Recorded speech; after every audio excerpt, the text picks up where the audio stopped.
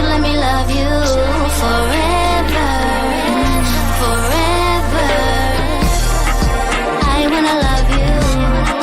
Will you let me love you forever, forever and a day, day, day, day, day.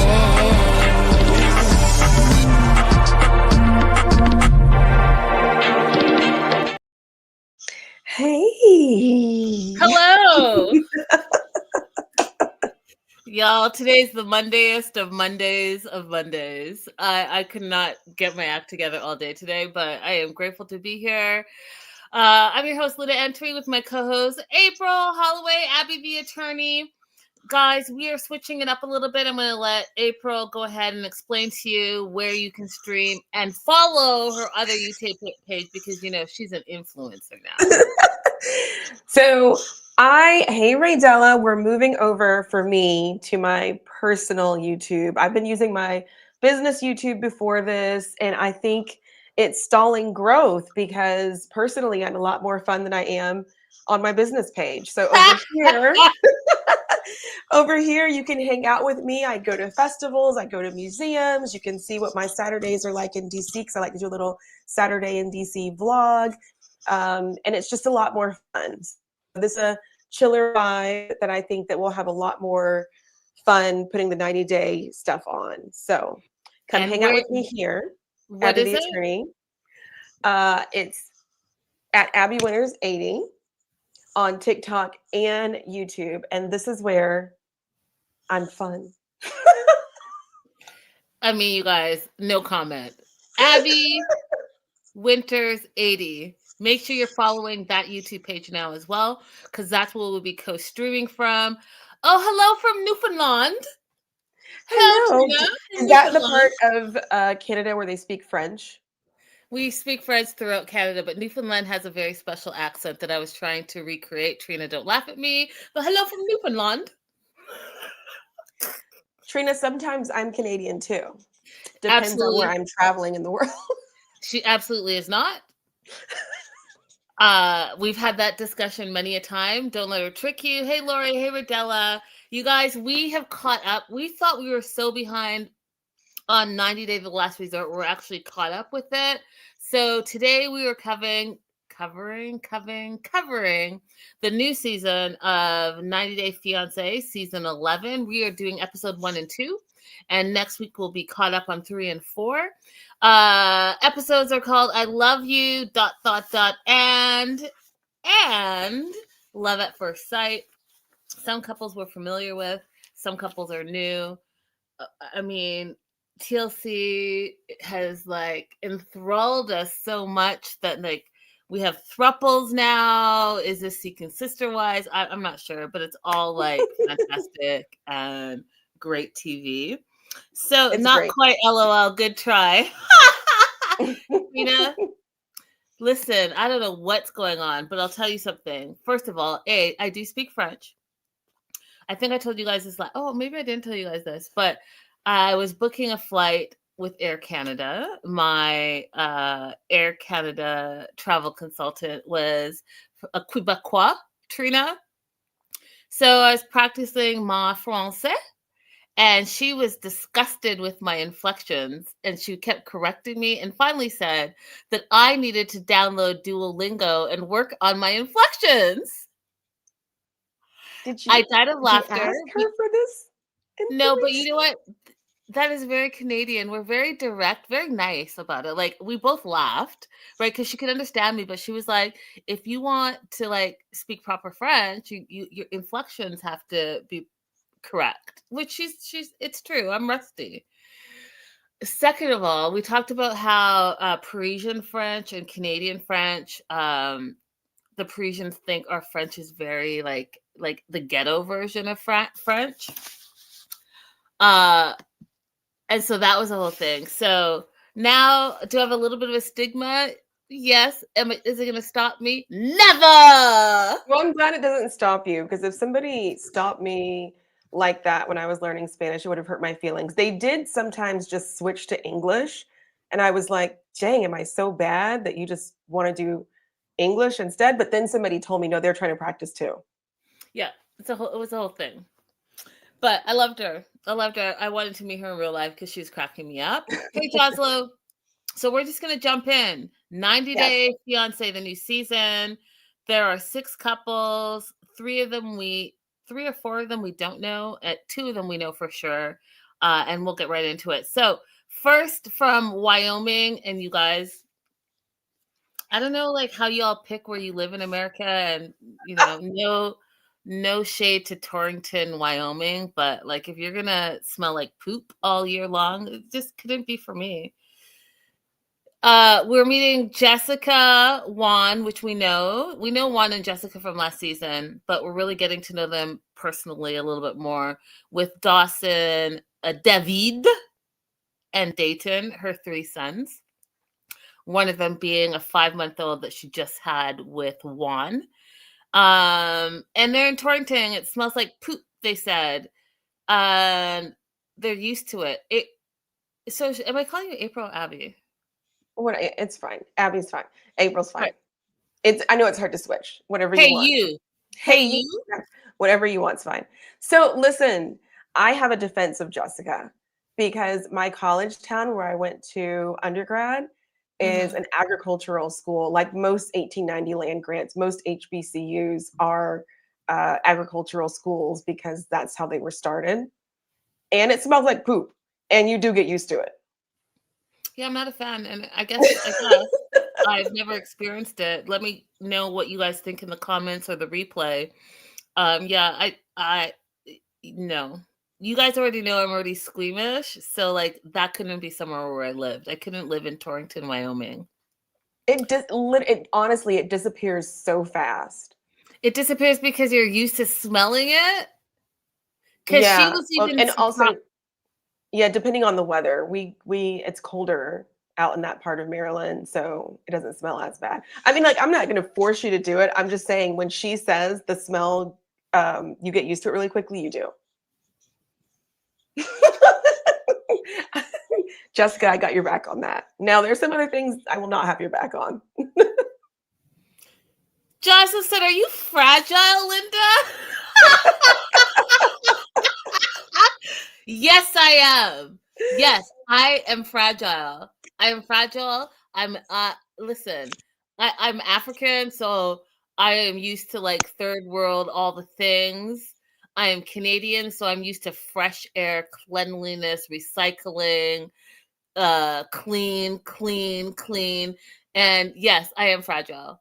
I am fragile because I could smell the poop through the screen and I was not appreciative. And when her little friend jumped on a pile of poop, no, that was not for me. So I absolutely am fragile. That was funny. Jocelyn, you got a little bit of sense of humor.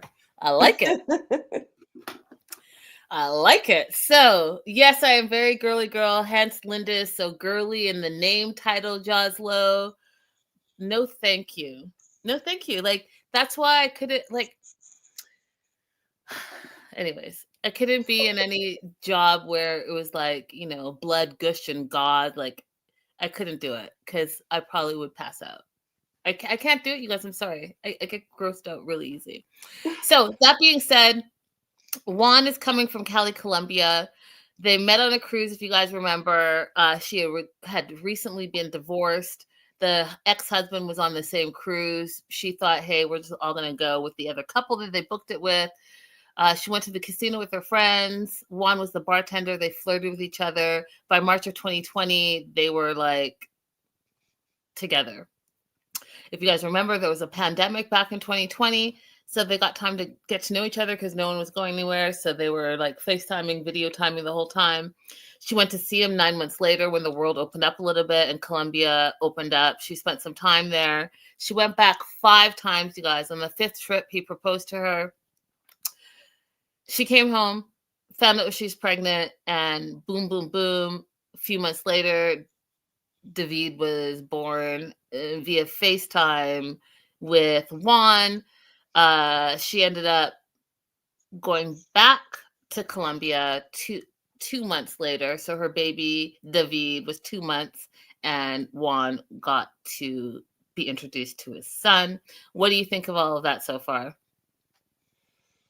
I remember her story from before. Mm-hmm. I'm going to hold judgment on how they met. What do I know?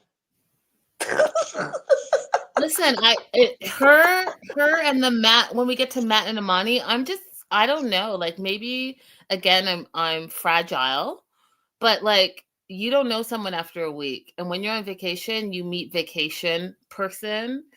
I think it's interesting that they got engaged without him ever coming to where she lives and seeing how Mhm. she lives and meeting her children for the first time because she has a bunch of babies. I just think you meet the representative, and I've said this to you. This is not anything new. I am same Yeah. person. You're meeting the Well, he representative. yeah. Well, he wouldn't have been able to come. I don't think that he would have been able to get a visitor's visa because I mean, I know that the ships don't really sometimes they pay a lot depending on what your currency is, but for Colombia, he probably doesn't make enough money to qualify. I Um, just don't think it's a good idea to be in vacay mode, meet someone, spend 7 days with them, and then get engaged, and now I we're gonna be agree. married in I 90 agree. days. Because I agree. you're still in the honeymoon phase. You don't know that person. You've never seen them outside of a vacation environment. I just don't think you're setting yourself up for success. And that's just me.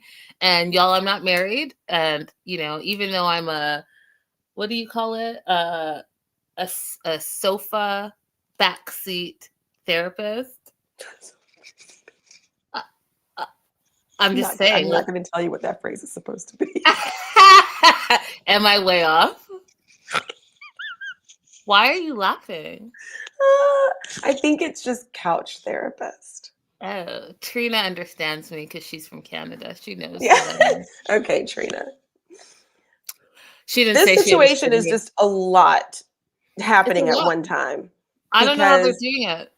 not only is he moving to a new place, which is very different from where he's from, she also mentioned that he's probably the only Colombian in the area, which is a question that I feel like I would have asked. Like, am I going to be the only spot in your community? And he's moving into a house with all of these children, plus his own new child, figuring out how to be a stepfather and a biological father at the same time, and like how to navigate that.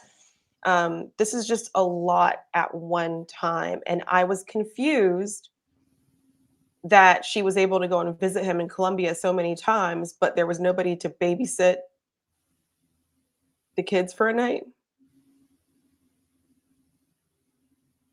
I don't know. I mean, Joslo's saying, my concern is why is every girl getting pregnant when they go on these shows? What is wrong with young girls nowadays? They don't believe in birth control. Hey Renee, hey go hey. Yeah, I mean, and I get that they've gone. She's brought the kids to Columbia. What I'm saying, Joslo and April, is that you still need to see people in their own environments. You don't see them in their own environments. You don't know how they actually because they're on vacation mode. That's my personal opinion. So here we are. So Juan's coming to live with them in a few days. And what was funny, and I think it's funny because a lot of men say this, he's like, I'm going to be your babysitter soon. And she's like, no, you're going to be their dad. Right. And I love that. I think it's funny because a lot of men say that. They're like, hey, I'm babysitting my kids. No, you're taking care of your kids. Hmm. I You're love not that the she corrected babysitter. that. Mm-hmm. So she's concerned that excuse me, their real life is going to start and he doesn't really understand what that looks like.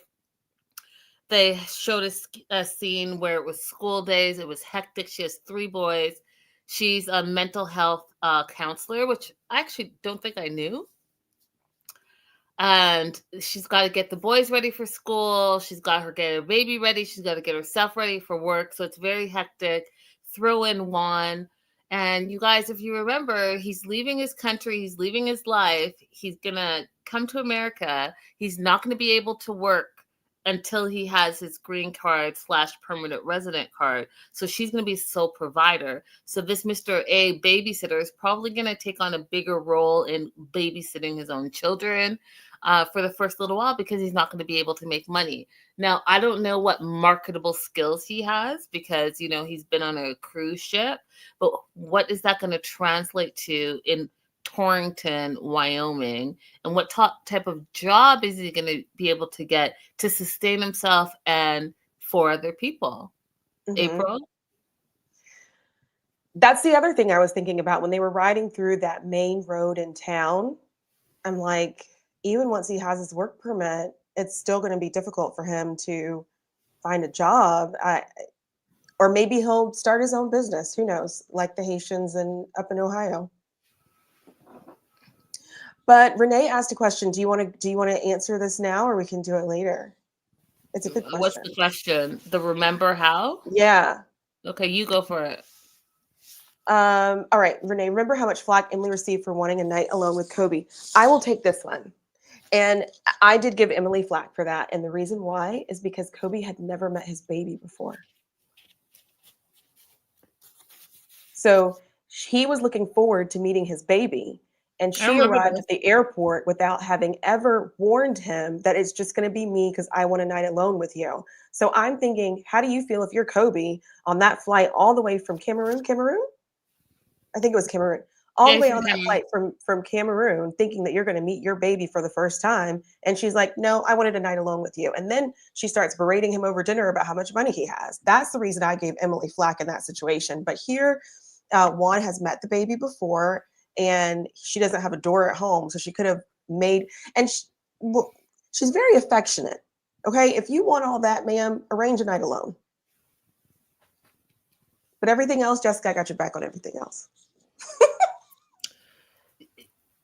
I have no comment on this. I think I have no I don't want to go on a tangent, but I do think that not coming to her place and for whatever reason he couldn't get a visa or whatever the reason, I just think that it's not setting them up for success because now he's never been around kids. Now he's not only a full-time dad, a full-time stepdad, living in a country he's never been to, in weather and smells that he's not used to. He's now going to have to get a job and settle down. And I just don't think he's setting himself up for success at all. Even for a regular American to be doing all this in your 20s is a lot. It's a lot. Jocelyn says, what's the closest big city to them? Didn't she tell us? Denver. Yeah, which was several hours away. 3 hours away. So Denver is the closest big city to Torrington, Wyoming, according to her on this episode. So that's where we are. The only wrong Emily did was not tell him. Okay. So she meets up with her friends, Megan and Amanda, one who's a counselor just like her, and one's like the assistant or whatever. And they're talking about his past indiscretions. What did you think about this? And the fact that he's arriving in winter, it's like going to be like -10 Fahrenheit for you Canadians out there watching. It's American Fahrenheit. He's never been in that weather. He's never been to this part of America, if in America in general. They're curious of what he's going to be able to do for work. And, after 8 months being engaged, there was that lady who reached out to Jessica, said they hooked up. He says that he never hooked up with her. He denied it, if you guys remember. What are your thoughts on all of that, April? I don't think that you should be going through with the K visa process if you still have concerns about that. I think that needs to be settled, washed, and dusted. In my opinion, it shouldn't be I want to wait till he gets here to talk about it situation. I don't really understand that. That's a lot of investment in time and changes for not just yourself, but for your kids too, to 100%. Wait to find out how you feel about it. 100%. Again, not setting yourself up for success, you guys. You have the secret or ill will or feelings or something that you have not communicated and you're keeping it inside until when you blow up, until the person's already there. The person has already not been in this type of situation, not been in this type of environment. You guys, I want you to be successful in your relationships, and you have to set yourself up for success. And a lot of that has to do with communication.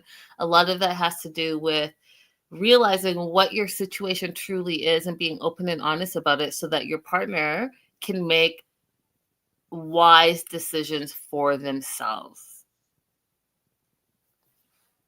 All right, that being said, we are moving on to Matt and Ammani out of San Diego. Matt's 36, Ammani's 30. They have 2 kids, Lila and Sarah. They met in college.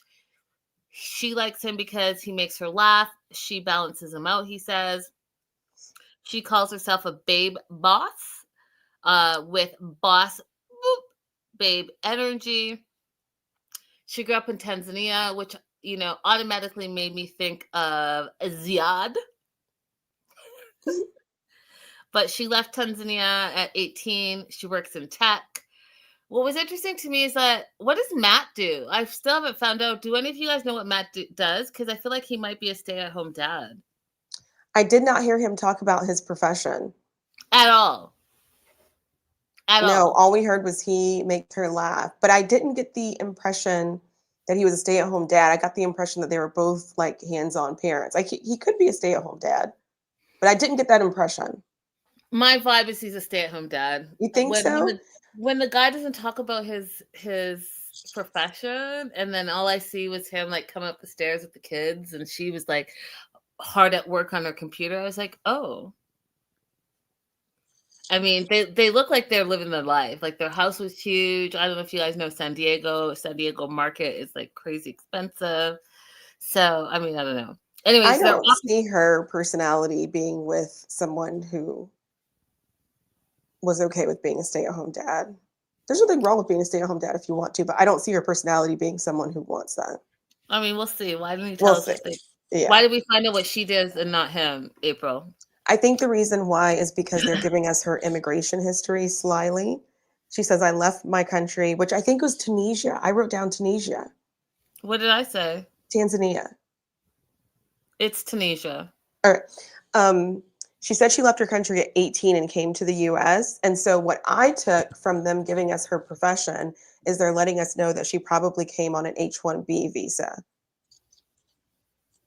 Or she came in on an F1 and went to school here and then got a job. Explain what that is to the viewers that are new here. So let's say she came in on a F1, I'm sorry. A F1 is a student visa because she said she left home at 18. So if she came to the US on a student visa and then studied in the, information technology, risk management, tech area, it would make sense that she went on from a student visa to an H-1B or maybe an EB-2, either one of those, either a job petitioning for you or a self-petition because you have such high skill into tech, into now working into tech. That would make sense as her path to citizenship. So that's what I took from them telling us.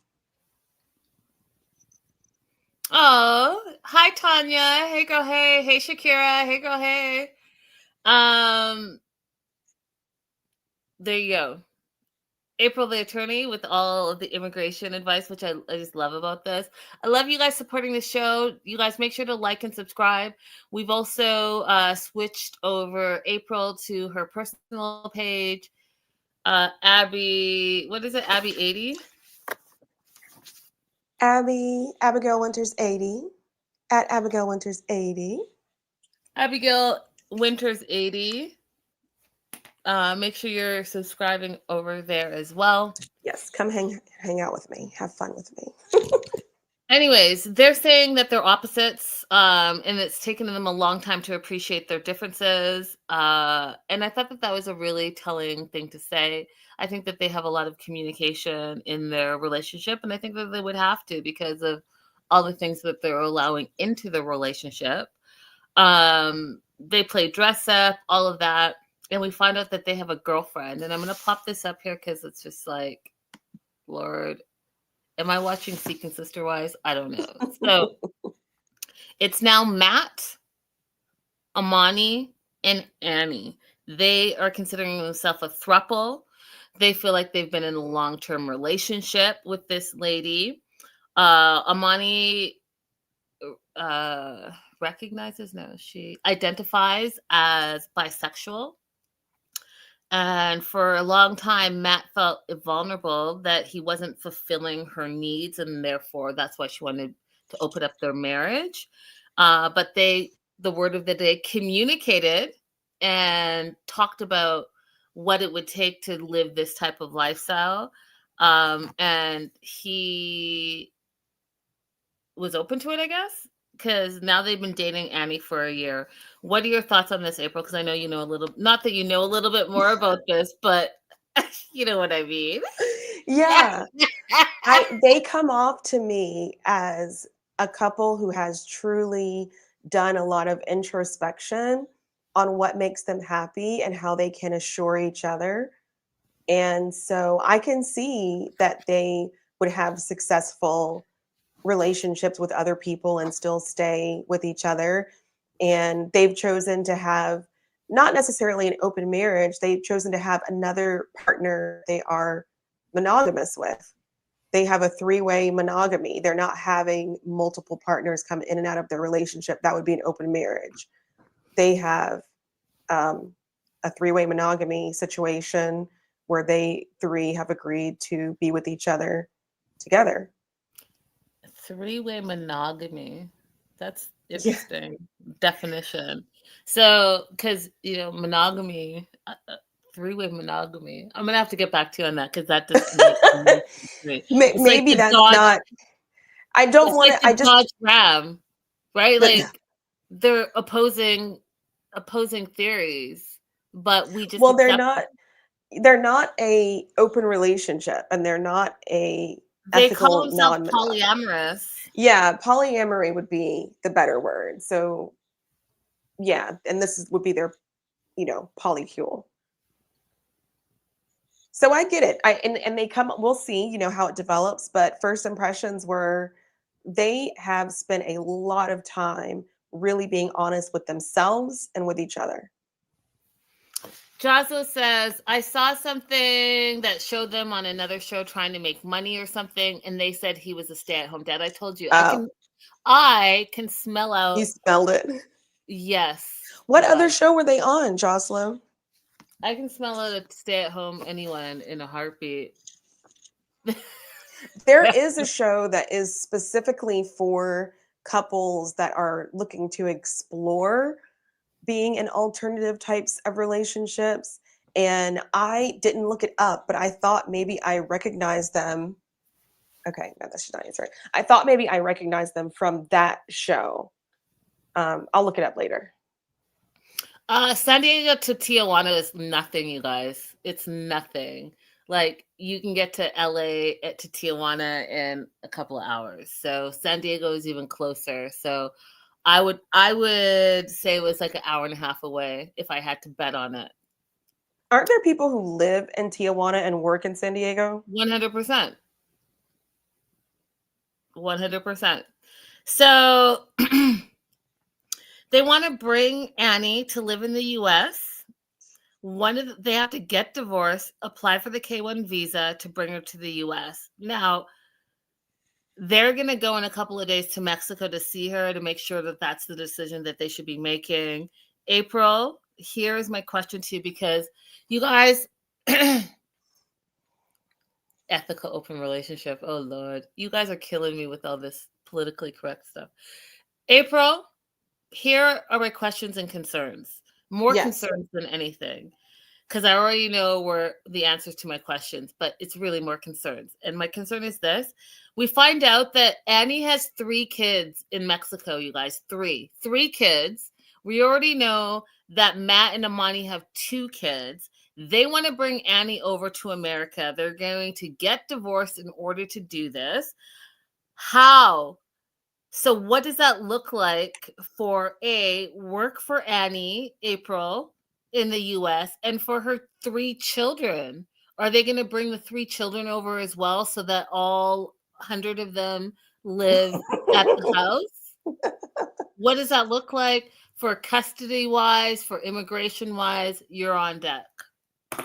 There's so many concerns here. There's so many legal concerns. The first one is, We don't know if the 3 children have the same father, and if they don't, are all the fathers going to consent to the children moving to the United States?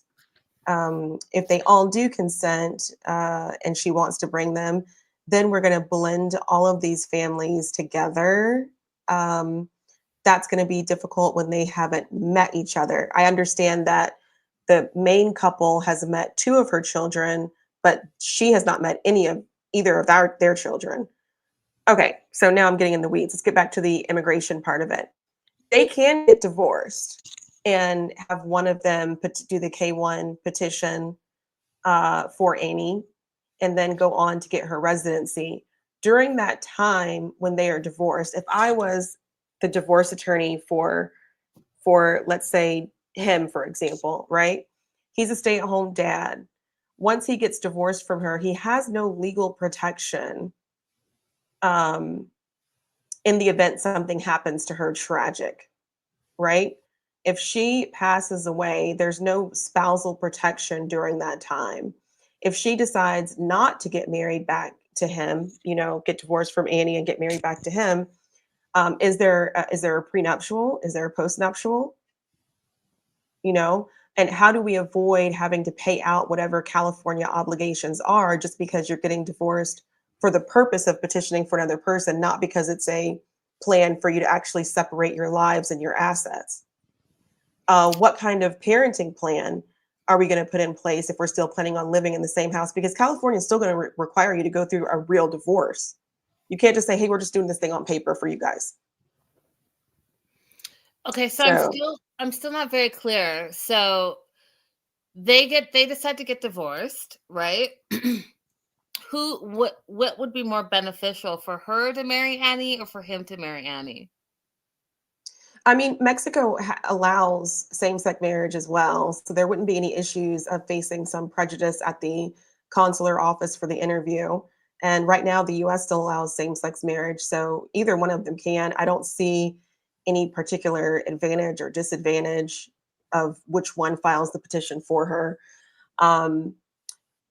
It might be a little bit easier for him to do it because she hasn't lived her life out as a lesbian.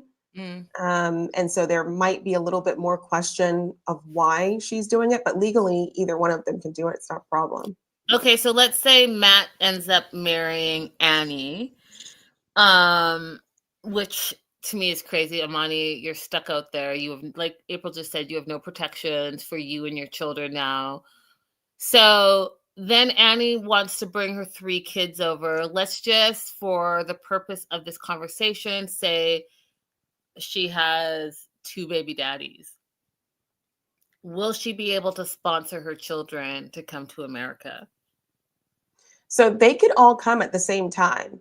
We don't ever see people bring their kids, but they can. They can do a F1 for themselves and an F2 for their kids and all arrive at the same time.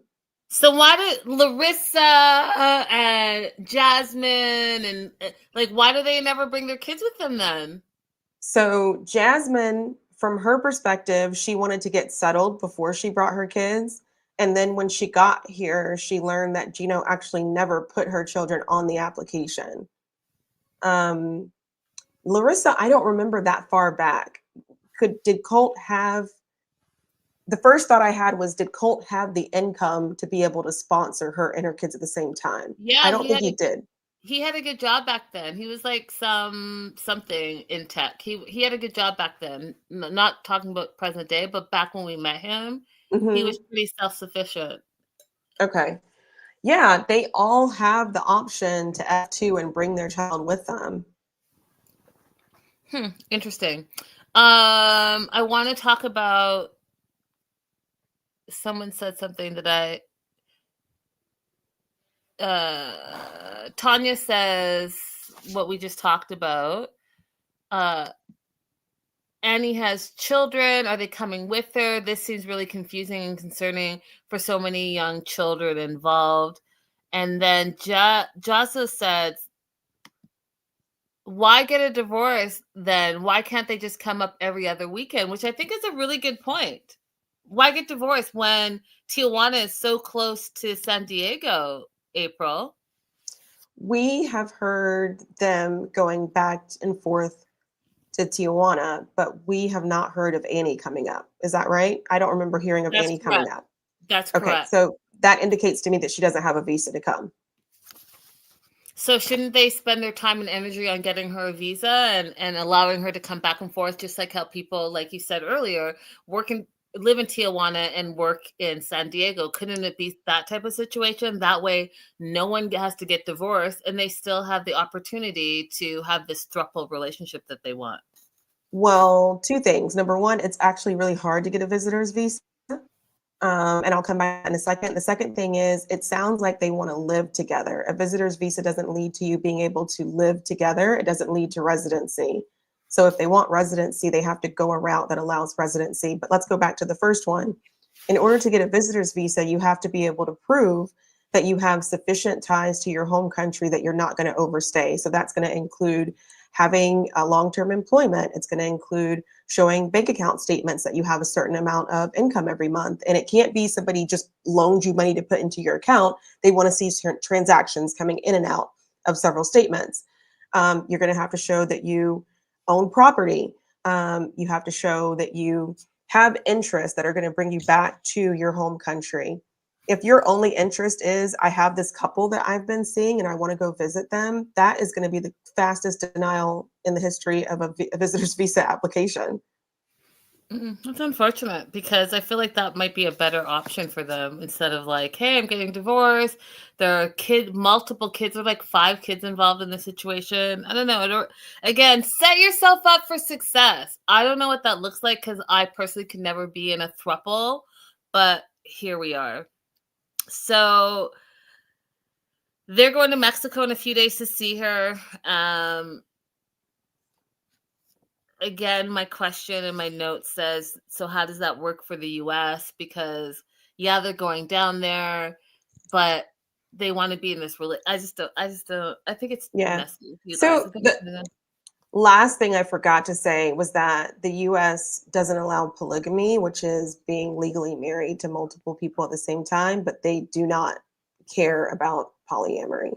They don't care about polyamory. They don't care about spouses cheating on each other. Those things are just out of their concern. They just want one legal marriage. So yeah, it's not fraud. There've been so many people. Tanya said it smells like fraud. There have been so many people who try to get their immigrant spouse's visa canceled or get their residency revoked because of cheating. And they'll allege, oh, because this person cheated on me, then it obviously was a fraudulent marriage, right?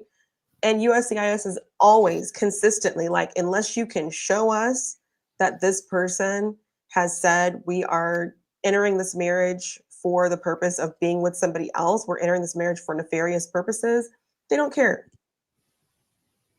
Yeah, I mean, I just feel like this situation seems a little bit messy, and again, yeah, you guys have been dating long distance for like a year, but like, are you guys really taking into consideration? Yes, you communicate about what you two want as a couple, but are you communicating what's best for your children and her children? I'm not sure those conversations have been had yet, so I'm a little wary on what's happening here. Yeah. I'm a little wary, to be honest, on Ammani. I think Ammani, often, okay, this is going to sound terrible, but I'm going to say it anyways. Oftentimes when some of these women say they're bisexual, they're just lesbian, but they want to fit into a traditional society, American society, and be accepted, and that being married with children, and they accomplish those things, and then they really are tapping into who they really are, and want to not disrupt their family life, but also incorporate what their deep desires are. And that's the vibe I'm getting. And if you even look at the photo, you guys, right? And we even, as we introduce Kelly and Eric, who are Matt and Ammani's friend, who we meet on the boat ride, if you look at this photo, you see it's more about Ammani and Annie. And I took a sneak peek into episode 3, and it's Ammani and Annie who get into like this like spat over being in a serious relationship. as well as Eric is concerned about Matt's well-being. And is he really doing this because this is something he's interested in, or is he doing it to make his wife happy? He literally said that. And I thought about it, and I think it's more the latter than the former. And if you remember from the very beginning, Matt's like, he was worried that he wasn't fulfilling Ammani. He felt vulnerable, but I do think it might have to do with her really being a lesbian, not bisexual. That's it. That's what. That's it. Could be. So they want to bring Annie to the U.S. They'll need to get divorced on paper. They tell their friends, Kelly and Eric, about it, and both of the friends are shocked, especially Kelly, because she was there when they met Annie, and they thought it was just going to be like a casual fling. She's also concerned that they spend so much money on her, and what does that look like? What is this woman's intentions? Eric's concerned about Matt's well-being, and they're all concerned about jealousy issues, which, again, not only comes up in, monogamous relationships where there are two people, but now you put in a third person and you're going to have to get divorced and there are children involved. Jealousy is definitely going to be an issue. So will you have to be open and honest and communicative 100%? Do I think this throuple is set up for success? Here's a second couple that I just don't think is a couple. Here is a second, I can't even say couple. Here's a second group of people that I still have not set up their situationship for success. What are your thoughts, April? I mean, I think they've done well in their conversations in the past. I think they'll be fine and they'll have more conversations in the future. They don't have to get divorced and married within 90 days. My understanding is they have not even submitted the K visa application. So they're going hold down. On a second. Yeah. April, the attorney, is answering a question in Black Chat. The question is, how are they going to get divorced and married within 90 days? Go ahead. Attorney. So they don't have to get divorced and married within 90 days. What they're doing now is having a visit to decide how they want to proceed. And then if that visit goes well, it sounds like to me, they'll make a decision on getting divorced and then having one of them file a fiance visa, which is called the K visa, for Annie. Now, once Annie arrives in the United States on that K visa, they still have to remain married in order for her to obtain her residency and remove her conditions, because remember, she has to go from a 2-year residency to the 10-year residency. So it will be a process. I would estimate, if somebody came to me and this is what they told me they wanted to do, I would say you need to plan to be married to your throuple partner for at least 5 years. So that was what I would tell them as an immigration attorney. And then if I was a divorce attorney or a family law attorney with respect to the main couple, I would say that's how long you're going to be unprotected from any benefits you would get from your spouse if something happens to them during that time. So then technically, I guess what also I think Tanya is asking, so then this is not really a true 90-day fiance couple. No, it's not. So they're not bringing her over on a K-1 visa immediately and getting married in that 90 days because they haven't filed for the K-1 visa, because they can't file for a fiance visa until they get divorced, and divorce takes time. And I know that California as a state is a 50-50 like support state. So everything is 50-50. So they're going to have to work all of that stuff out. Divorces don't just happen overnight. That's why I'm saying, are they setting themselves up for success? Because this is not happening, Tanya, in 90 days. They're going to have to separate their assets. And if you guys looked at their house, it looks like they have a lot of assets.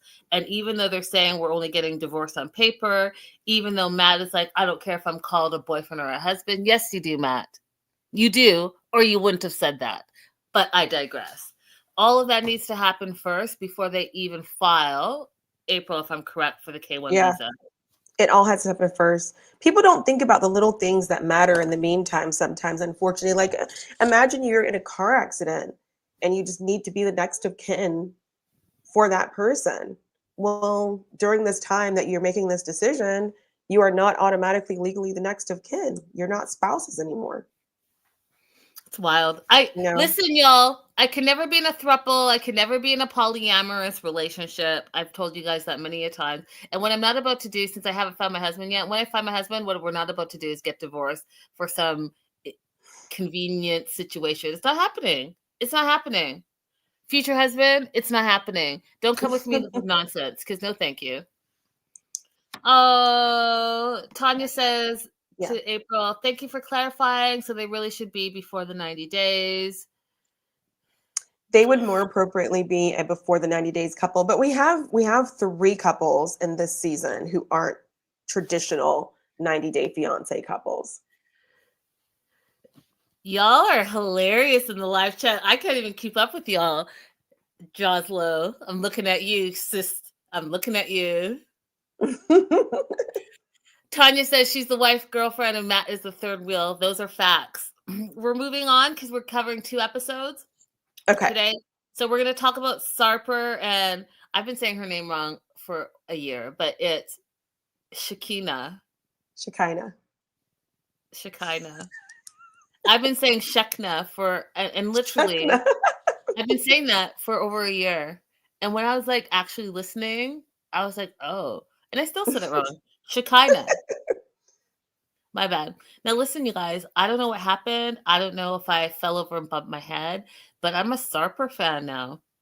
I don't know. He's like completely grown on me. I love the fact that he's family oriented. I love the fact that he's a little bit emotional with his feelings. I love the fact that he can recognize that he has a narcissistic personality, but can recognize it and move forward with it. I don't know what happened, April. Yeah, I found him delightful these 2 episodes, and I thought he was overbearing before.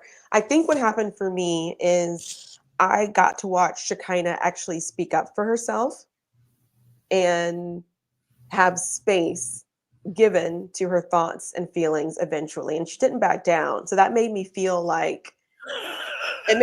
better about their arrangement. And then he actually is really funny. Yeah, I'm a fan, you guys. I don't know. I can't explain it to you. And Tanya for making me laugh. First of all, I love Timu. Second of all, Can We Pass on Timu, Ken and Barbie is hilarious. He actually reminds me of this character from a Nickelodeon show, Lazy Town. Oh, I don't know it, but Tanya and Joslo are not having it with these 2. I don't know. We'll have to agree to disagree. Anyways, he's going to get his visa. It's the biggest day of my life. She corrects him and says our life, which I thought was hilarious. He's got his passport. I thought it was interesting because you have to have passport, evidence of their relationship, and then all the other paperwork that is required to get this visa. Mm-hmm. If you guys remember, they met on a dating app when Shakina went to Turkey, and they met.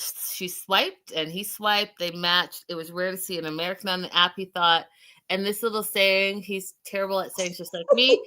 I have no idea what it means, but it sounds great. When you eat big bites, don't say big words. If it finds you back, it finds you back.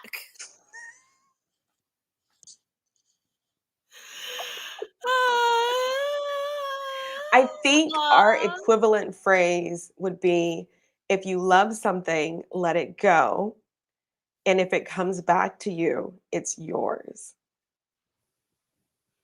Joss will say, that's why I love your show. We can talk like this. Feels like sisters. Joss, we're already sisters. Some of the stuff that you all say in the comments.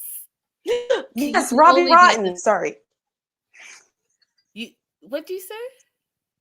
See, somebody reminded me what the character was from Lazy Town. Sorry. Yes, Joslo. Sorry, I interrupted. Robbie Rotted? I don't know what that means, but here we are. So she's been visiting him for 2 years on and off. They're trying to get this K-1 visa. I do want April to jump in on that whole immigration process because I believe that that's true, right? Like when you get married and I don't know if it's just a K-1 visa or just married in general to an immigrant, you have to have proof. At least I know for America that you have to have proof that you guys live together. You have to have like bills, I guess. And I'm going to say all this stuff, and then April's going to correct me with the No, correct stuff. you're right. You're on a What I roll. know Go is for that it. you have to have no bills together. You have to prove that you have a common address. You have to have proof of your relationship, and then proof in your relationship, they want to see pictures of you guys together, like long term for the duration of your relationship. They want to see that there is like joint bank accounts and money in those bank accounts. And then I believe you have to, like, if you're like the American, you have to like prove that you have enough money and like a job to support the person that you're like engaged or married to. Something like that. Go ahead, Right, April. right. Explain it. Yeah, so what they call it, the phrase they use is bona fide. So either a bona fide relationship if it's a K visa, or a bona fide marriage if you're doing a spousal visa. So the examples that Linda gave are exactly correct. If you're doing a fiance visa, they're going to focus more on how often you communicate with each other and what you have in common, because obviously, like, you may not have joint financial interests when you're only fiancés, but they want to see how often are you guys on the phone. People will submit their WhatsApp transcripts or their call logs. They want to see, how do you spend your time together when you are visiting each other in person. They want to see, did you go to a museum together? You have a ticket for that. What was your itinerary? Did you go, or did you just sit in the house all the time? Now, if you're doing the spousal visa, that's when they want to see joint bank accounts. They want to see beneficiaries listed on life insurance policies. They want to see emergency contacts on medical records change. They want to see bank accounts that are being used, not bank accounts that just have money sitting in them, but bank accounts that are regularly used that have both your names on them, a lease or a mortgage with both of your names on it. They want to see this kind of evidence of relationship. You can also do pictures, letters from friends and family. If you are going to do pictures, please, not sexual ones. You will be surprised the number of people who send me their intimate photos as their proof of relationship. Nobody wants that. That's interesting, because you would think not sexual, but like you would think that you would want intimate photos to show that it's not just like a friendship, April. No, absolutely not. I do not want pictures of you in bed in various states of undress, showing your taco meat. Not interested. And and USCIS is not interested either. No. They're not Copy. interested. They might ask you. They backed off of it in recent years. They used to always ask if you didn't have kids, if you plan to have kids. Yeah. But there have been a lot of people. There was a lot of backlash against that, because a lot of women were saying that question is embarrassing because either I can't have kids or what's wrong with me not wanting kids. So they've kind of backed off of that. But that was as kind of intimate as their questioning got. Because you're allowed to have an asexual relationship. You're allowed to have an asexual marriage. Oh, that is a whole other topic. I'll have to get back to you on that. I'm already like stuck in all of this. Okay, is the show you're talking about? We're taking a pause, you guys. We're gonna take a little time out here. The show you're talking about, is it Lazy Town? Yes. Is that what you said? Okay, so Shakira saying Lazy Town was my show as a kid. Look it up, and you'll never be able to look at Sarper the same way. Okay, you guys. I don't know what it is, but the live chat is popping over it. It's real actors and puppets. So is it like Big Bird and the People, Sesame Street? Is it like that? You know what? I guess that's the closest thing to it, but they made the characters have really sharp hair and features. And so it came off as it was like a 2D show kind of, but you knew that it was real people, but they were not animated, but they were done up in such a way that they were kind of like boxy. You know what? Just I'll have to Google look it. it up. Just, This just sounds look at wild. Robbie Rotten Lazy Town. It sounds ridiculous. Why do I want to live in Lazy Town? That's probably why I've never seen it. That sounds ridiculous. So is everyone lazy? I was not a huge fan of the show, but my kid was, so that's how I remember it. All right, we're moving on. Stevie and Motti. Now, I just want to,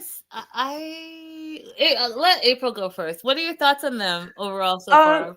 my first thought when I was listening it is like, why is this Iranian dude named Maddie? Because she kept saying Maddie, and then I looked at it and I'm like, oh, his name's Motti. Why can't she say his name? Yeah, I wrote it down as Maddie first, and then I thought it was Maddie, and then when they actually put it on as Maudie, I was like, okay. But she's also from Mississippi. She's a Southern girl, so she throw on that Southern accent, perhaps. I'm Southern. I can say Motti. Okay, well then it's not that. I don't know then. But obviously he's okay with it because I'm sure she doesn't change it up when she speaks to him and calls his name. So he's okay with being called Maddie. Um, he's okay with it. That's fine. But in general, what do I think about their relationship? I think it's cool the way that they met, the way that she describes him as being so prepared for class. And she finished her course with him before there was ever any kind of romantic interest. If it had been a thing while she was his teacher, I would have been a little bit icked out by it. I'm so glad you went first. And you guys know how I am, and I'm sorry, I'm just not going to change. But okay, so first of all, the caveat is I have concerns that they're in Mississippi. I have concerns of the history of America and the fact that this is Mississippi and Stevie is 37 and Motti is 27 from Tehran, Iran. I have concerns about their age difference. I have concerns about their cultural differences. I have concerns that they're going to be in Mississippi. Hmm. Stevie is 37. She's a painter, single mom of 2 kids. I have concerns that we never even got to see or hear these 2 kids. It looks to me like she's living like a single alone life in her apartment, but apparently she's a single mom of 2 kids. Where are these kids? Are they living with the dad? You should say something, because you shouldn't, in my opinion, bring up that you have 2 kids and then the 2 kids are nowhere to be found and there's no disclaimer on that. Don't claim momhood and not be a mom, in my personal opinion. So being a painter and a creator, and I'm all for creative life. You guys know me, I'm a creator myself. That doesn't pay the bills. So she teaches English online. She has students from all across the world. And Motti ends up being one of her students. And the first thing we find out about him, that I knew that she had an interest in him, is that she's like, oh, I was intimidated by him. He was so good looking. He was so well prepared. Yeah, he was doing all those things because he also wanted to get your attention, which obviously he did. We find out that he's shirtless on his social medias. One of the things that I couldn't wrap my mind around is, how did you get from student teacher to him sending you his socials, and his socials are him with his shirt off the whole time, but he's still your student? Like, how did you cross over? You say that he finished your course, and it wasn't until after he finished your course that you guys became interested in each other. Whatever, potato potato. You guys decide to meet in real life. She can't come over to Iran because, again, there were a lot of stereotypes for an English teacher who should know better, because you're a teacher and you're teaching the future generation, as well as you're teaching international students abroad. The stereotypes about Iran were outrageous to me. I feel like, read a book. You have an opportunity, teacher, to teach America the true story. So instead of giving all of the stereotypes about Iran out to the international market, you should have done a little bit of homework yourself, and you had the opportunity to talk about what Iran is really like. But that being said, you're like, Iran and the US are always, they hate each other, the nations don't get along, there might be another war, and Iranians are terrorists, and your dad is a racist, and he's, instead of saying racist, you said he's like a true American, which is just other words for saying he's a racist, and you live in Mississippi, and I'm not impressed with this. But they met in Turkey. I digress. Let me get back to what I'm saying. But the foundation is there, you guys. So they meet in real life in Turkey. She's not going to Iran because she says it's not safe for her to travel there. So they decided they're going to meet in Turkey. One of the questions I do have for April is why he wouldn't be able to, like, the whole visa thing. I'm really interested in about what that travel visa looks like. so many countries can't get a travel visa to the United States very easily. And I want to know why. So April, that's my question to you. Keep that in the back of your mind. Mm-hmm. So they meet in Turkey for a week. And after that week, he proposed to her, which again, I don't think you guys are setting yourself up for success. So let me get this straight. Let me get this straight before I move on. You guys didn't even meet in your mutual countries. You were both on vacay. You met in real life for a week and then you got engaged. You waited 1 year and filed for the K1 visa. It took 1 year. His visa got approved and then he's going to come to America. And you keep saying that once he comes, he's not going to ever be able to go back to Iran. I need to know why. I need to know why you would make such a huge life. If I met you a week ago, we spent 7 days together. What I'm not about to do is pick up my life and move to wherever you are with no guarantees that I can't come back and live my life if it doesn't work out. Sounds ridiculous to me, but here we are. I need to know, A, why travel visas, April, are so hard to get from many countries. And I need to know if what she's saying is true, that once he has his K1 visa, he's approved, he leaves Iran, he won't be able to come back to Iran after he leaves. Okay, go before I move on. Okay. So somewhere in there, I think you asked why she couldn't go to Iran, or I don't know if you actually said that, but I wrote the answer down, so I'm going to say it. The U.S. currently has a do not travel advisory to Iran. And what that means is if you have some trouble when you're in Iran, that the U.S. embassy will not come to your aid. The U.S. government will not come to your aid. That's what a do not travel advisory means, that we do not have consular services there that would be able to assist you. That part, can you, and sorry to April cut you up, but I really guys need you to understand this because we're not here also to entertain you. You're here to educate you because learning new things is always important.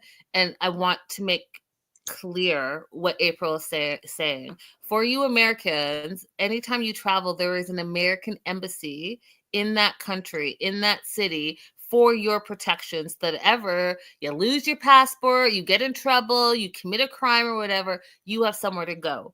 What April is saying and what Motti has already said as well in this episode is there's no American embassy in Iran. So if you go as an American citizen, you're on your own. Mm-hmm. There is no help if you will have to need it. Okay, next. No help coming. As far as why he can't return to Iran, he can return to Iran, but there is a risk that he might face some potential persecution, torture, questioning about his intentions in traveling to the United States.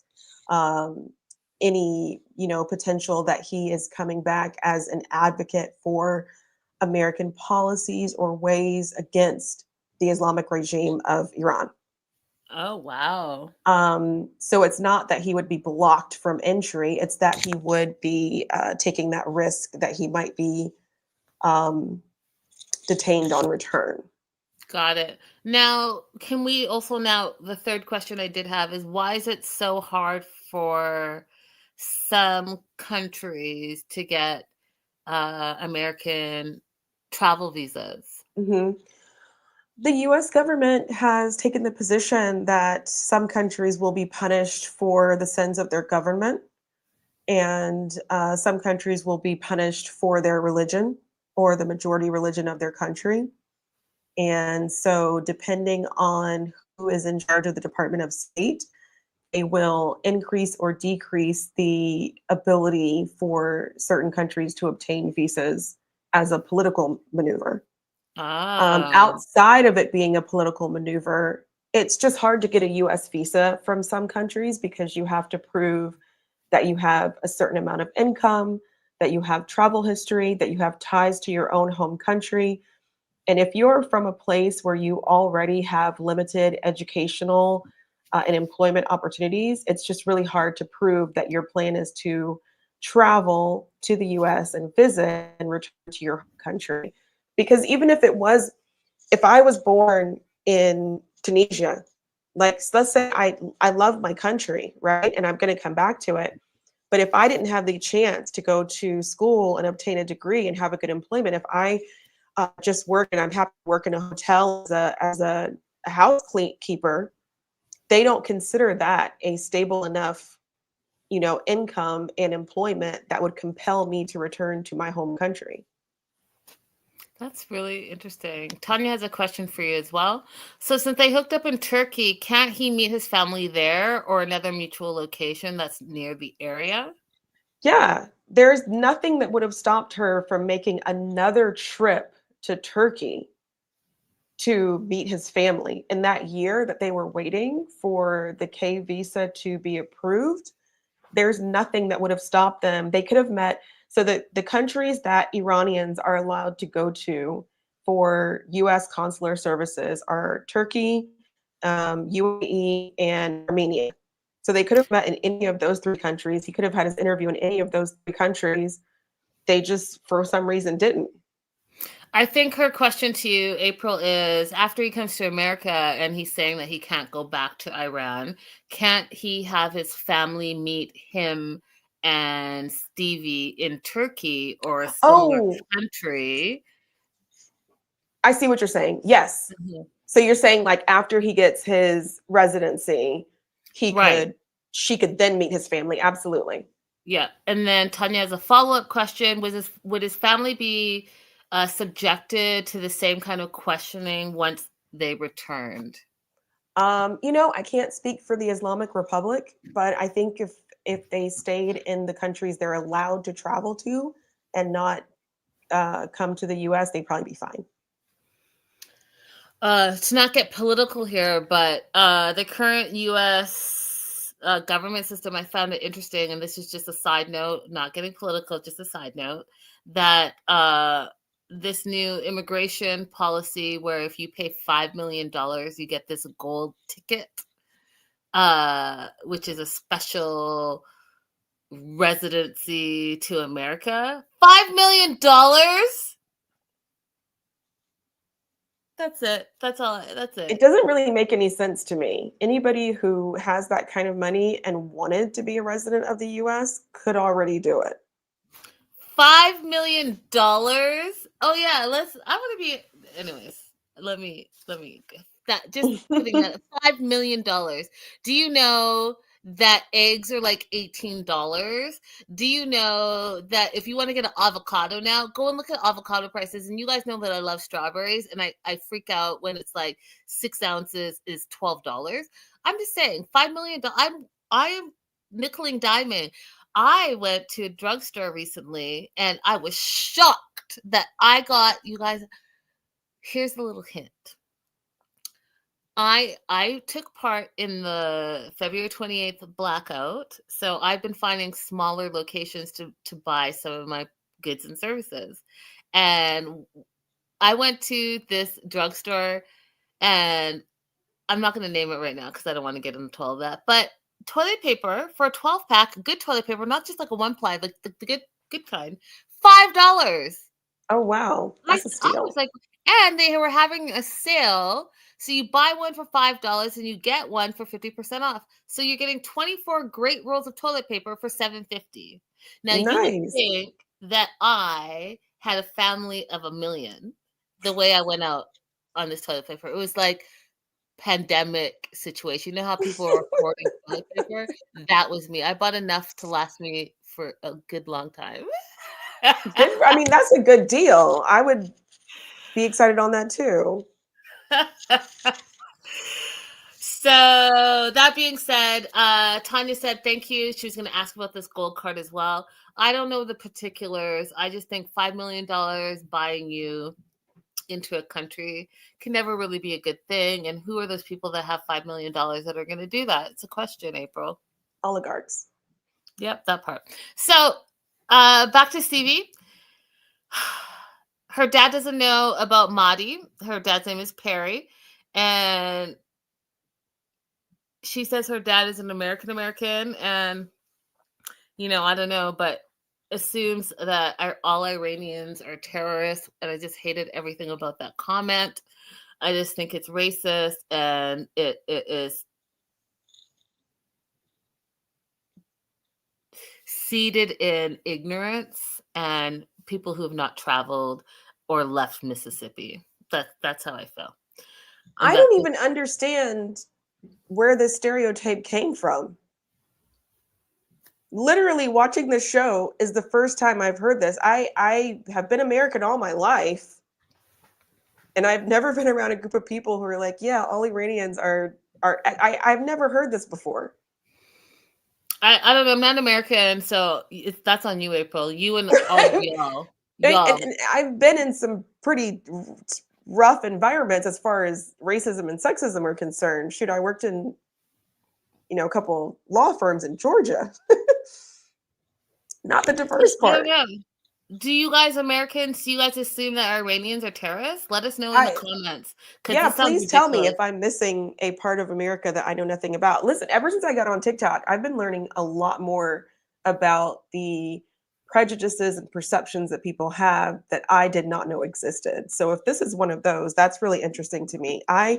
If somebody had asked me what I thought about Iranians before I knew that this stereotype existed, I would have been like, they're a little bit divided on what they want to happen in their country right now. And that would have been it. That's it. Agreed. But again, here we are. So Stevie's gonna go see her dad to fix her car, which I love. I love that relationship where your dad is your biggest role model for what men should be like in your life. Great. The other part, here we are. She's gonna tell her dad for the first time about Motti, who's coming the next day, which I just think is like ignorance. You're not setting up your relationship for success. You're not setting up your partner for success because now you've thrown on your dad, who's already a small-minded town racist, all of this stuff, and he has to absorb it and be ready for the next day and then for the next 90 days. It doesn't make sense to me. Like, why would you do that? You've known this whole time. You know that your dad is the hardest person. You've told everyone else that it's easy to, but your dad, listen, y'all, racists need time to percolate and reflect on who they are as people. You can't throw stuff at them because they're gonna be 10 toes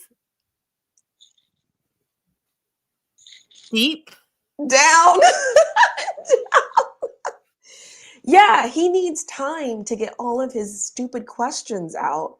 You see how fast he hit her with stupid questions back to back to back to back? He needs more time to get that out of his system before you confront him with Motti.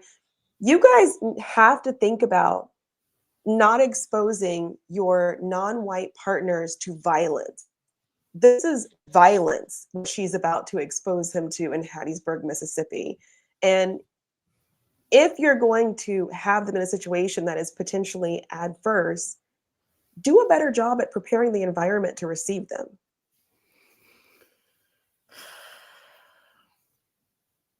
This is, I feel sorry for Maddie walking into this situation. I don't even feel comfortable in Hattiesburg, Mississippi. Listen, all I put is Mississippi in all caps. That's all I needed to know. Dad has a lung disease. She's not sure what that is going to look out to. And, our thoughts are with him, hopefully for a full recovery. That being said, she tells her dad that she met someone in Turkey who was from Iran. His first comments were, they hate Americans. Does he speak English? You're going to be his property. No way you're going to marry him. Then says, oh, okay, well, you met this person. Is it out of your system now? Are you over it? Because this can't be a real thing. He said, is he going to make you wear a jihad on your head? Yep. Because I watch TV. Mm-hmm. That was a whole phrase that I didn't make up any part of. Mm-hmm. So explains to him that he's coming on a K-1 visa. They have to get married in 90 days. The dad just says, no, you're not. Didn't you just get out of a marriage? You're going to be his property. You won't be able to return. Okay. And then he says, we already talked about but that she's like, I want your blessings. And he's like, well, I don't know. I have to think about it. I want you to walk me down the aisle. He's like, I don't know that person. So all the excuses. And again, you're not setting up your partner for success. Shakira agrees with what we're saying and what April just said. Oh my God, I was just going to say the same thing. I'm tired of them putting their partners in these dangerous situations and acting like racism isn't real. That part, like, you guys, you already know you're dealing with a racist. You need to give them time. Popping all this stuff on them last minute and then expecting them to be a upstanding citizen is not going to happen. No. Did you catch the irony between her dad saying, you're going to be his property, and I'm not sure if I'm going to give my approval for this marriage? So, like, he's not allowed to claim you as property, but I will retain my rights on you as property. 100%. We're moving on to Mark 58 from New Hampshire. You guys, I have so much to say about Mark, but I'm really not going to try to say too much. But just know that as a Black girl, I recognize game, and this is that. And whoa. So I'm so happy for Mina. Okay, let's go.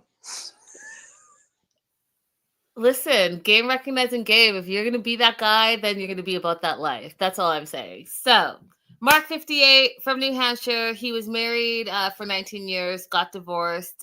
Before he met Mina, there was another Black girl that he dated while he was in the midst of his divorce. I guess it got serious because somehow, some way, prenup got mentioned. She freaked out. It ended. That being said, Mark is rich. Mark has a plane, a hangar, a house, a runway, all where he lives in New Hampshire. 2019, he went to Paris. He went into a restaurant, ran into someone who changed his life. That person was Mina. She's 35. They had an instant connection, a 2-year long distance relationship. After those 2 years, he proposed. 6 months later, she became pregnant. She had a baby. That baby's name is Maria. So he has a daughter with her now, and he went over. He was in the delivery room, all of that stuff. But meanwhile, from his previous 19-year marriage, he has a son and a daughter. He has a daughter named Jordan, who's 27 years old, who lives in West Palm Beach, Florida. That should tell you all you need to know about her. And diversity, and now having a blended family that, you know what, someone that looks like me is going to be a part of your family. Oh, guess what? She has questions. I'm not surprised, West Palm Beach, Florida, Jordan. Not surprised. Family is skeptical. They want to now put in all these stereotypes that Mina is trying to have an anchor baby. She's trying to come to America for a green card. Her intentions are not pure. She's there for Mark's money. And I want you guys to put all of those stereotypes aside and also look at Mark's track record in who he married and now who he's dating now that he, is of a retirement age. Because all those things are important. And what does get minimized a lot of the time is that oftentimes other men fetishize Black women and they sexualize them. They want to possess them. They want to own them from the colonial days. And you hear, or you're pretty for a Black girl, or you're this or you're that, or they fall super. There are a lot of things happening here. So I want you guys to juxtapose those two stereotypes, because oftentimes y'all don't know what we're dealing with, but you want to call us gold diggers and friggin' anchor baby wanters and green card wanters, and our intentions are pure. But let me tell you, some of those men, their intentions are not pure either. I digress. Jordan, the daughter, and Jack, the brother, went to Paris to meet baby Maria for the first time and for the baptism. And Jordan obviously wasn't impressed because Mina was 3 hours late. And the thing is, you guys, I don't know if you guys know anything about Europe, but it's 100% not like America. They are not on a timeline. Being 3 hours late for a social function really is nothing, because it's really about socializing. It's not about being on a time frame. And they rather socialize, eat, drink, and be merry than talk about, 9 o'clock to 5 o'clock, 9 to 6, Monday to Friday. It's none of you guys. friggin' travel. I keep telling you that. Travel and understand when you travel, you're not on your American time frame. Because your American time frame, I'll tell you what, only in America, you don't have like months off for your vacation. Some of you guys don't even get paid time off of work. You work 24/7, 365 days a year, and you don't get time off. The Euros, they don't work that way. And Parisian specifically, I'll tell you what, I'll tell you something, and this is a true statement, okay? You can go to a store and it be 12 o'clock in the afternoon and the store is closed. All of the employees are in the store, but they're in back having croissants and some wine. And they're going to take their full break. And if that break means an hour, 2 hours, or 3 hours, no one's on the time frame. That's what they're going to do. And they will reopen when they feel like it. They will serve you when they feel like it. Go to Paris and actually understand the culture before you talk bullshit and say that Mina, as a Black woman, was three hours late for her the baptism of the baby. Clearly, you've never been to Paris. That would not be surprising to me. Yeah, that wouldn't be surprising to me either. I had this problem. I actually don't think it's just Europe. I think it's just outside of the US. Because when I lived in Mexico, I had this problem where I would start showing up to places late because I knew it wasn't going to start on time, but I still would not be late enough. Like there was an internal clock that was working against me saying like, oh, it starts at 4, I'll get there at 4:30. And then people would still not show up until about, I could never get there late enough to have what I called back then the proper Mexican arrival time. Yeah, I'm just saying, like, know your audience, know where you are, know your environment. Just don't take everything from an American perspective. And then I don't, and I also found it a little bit insane for the daughter to say that she's trying to get a green card. She's French. What's she care about a green card? The stereotypes are out there for real. So, Jordan feels less of a priority, and that's where she should have started. So she is feeling some type of jealousy, some type of insecurity, because now it was just her and her dad with the ex-mom, and now the dad's bringing in a new potential wife with new children and wanting to actually bring a second child into place, and Jordan is losing her mind. And all I thought about was her thinking about generational wealth and inheritance, and now having to split it instead of her and her brother with these two biracial babies that she is not feeling.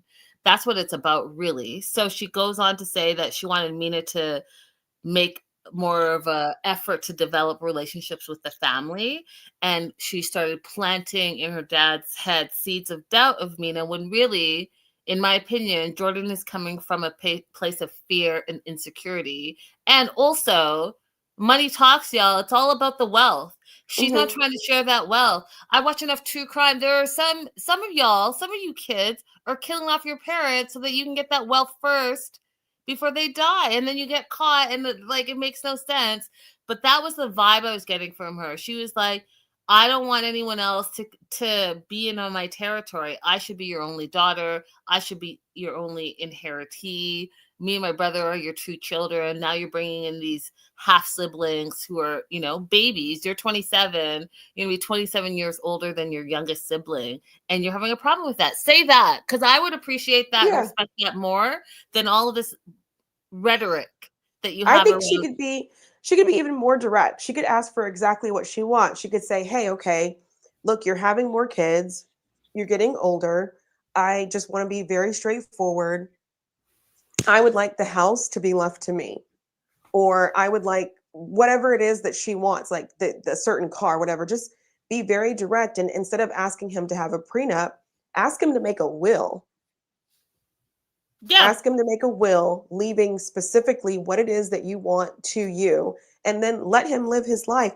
Mark comes off like an actual nice person. He's one of the nicer older men in the May-summer relationships, or whatever you call them. And he seems like he's very excited to be a father of young kids all over again. So let your dad be happy, let him live his life, and just ask him directly for whatever it is that you want. Yeah, I agree with that. So Mark tells her that he's thinking about having another baby. Jordan freaks out, thinks it would be devastating. It will change the family dynamic. She's not ready to accept it. She's hesitant about another child because she was hesitant about the first child.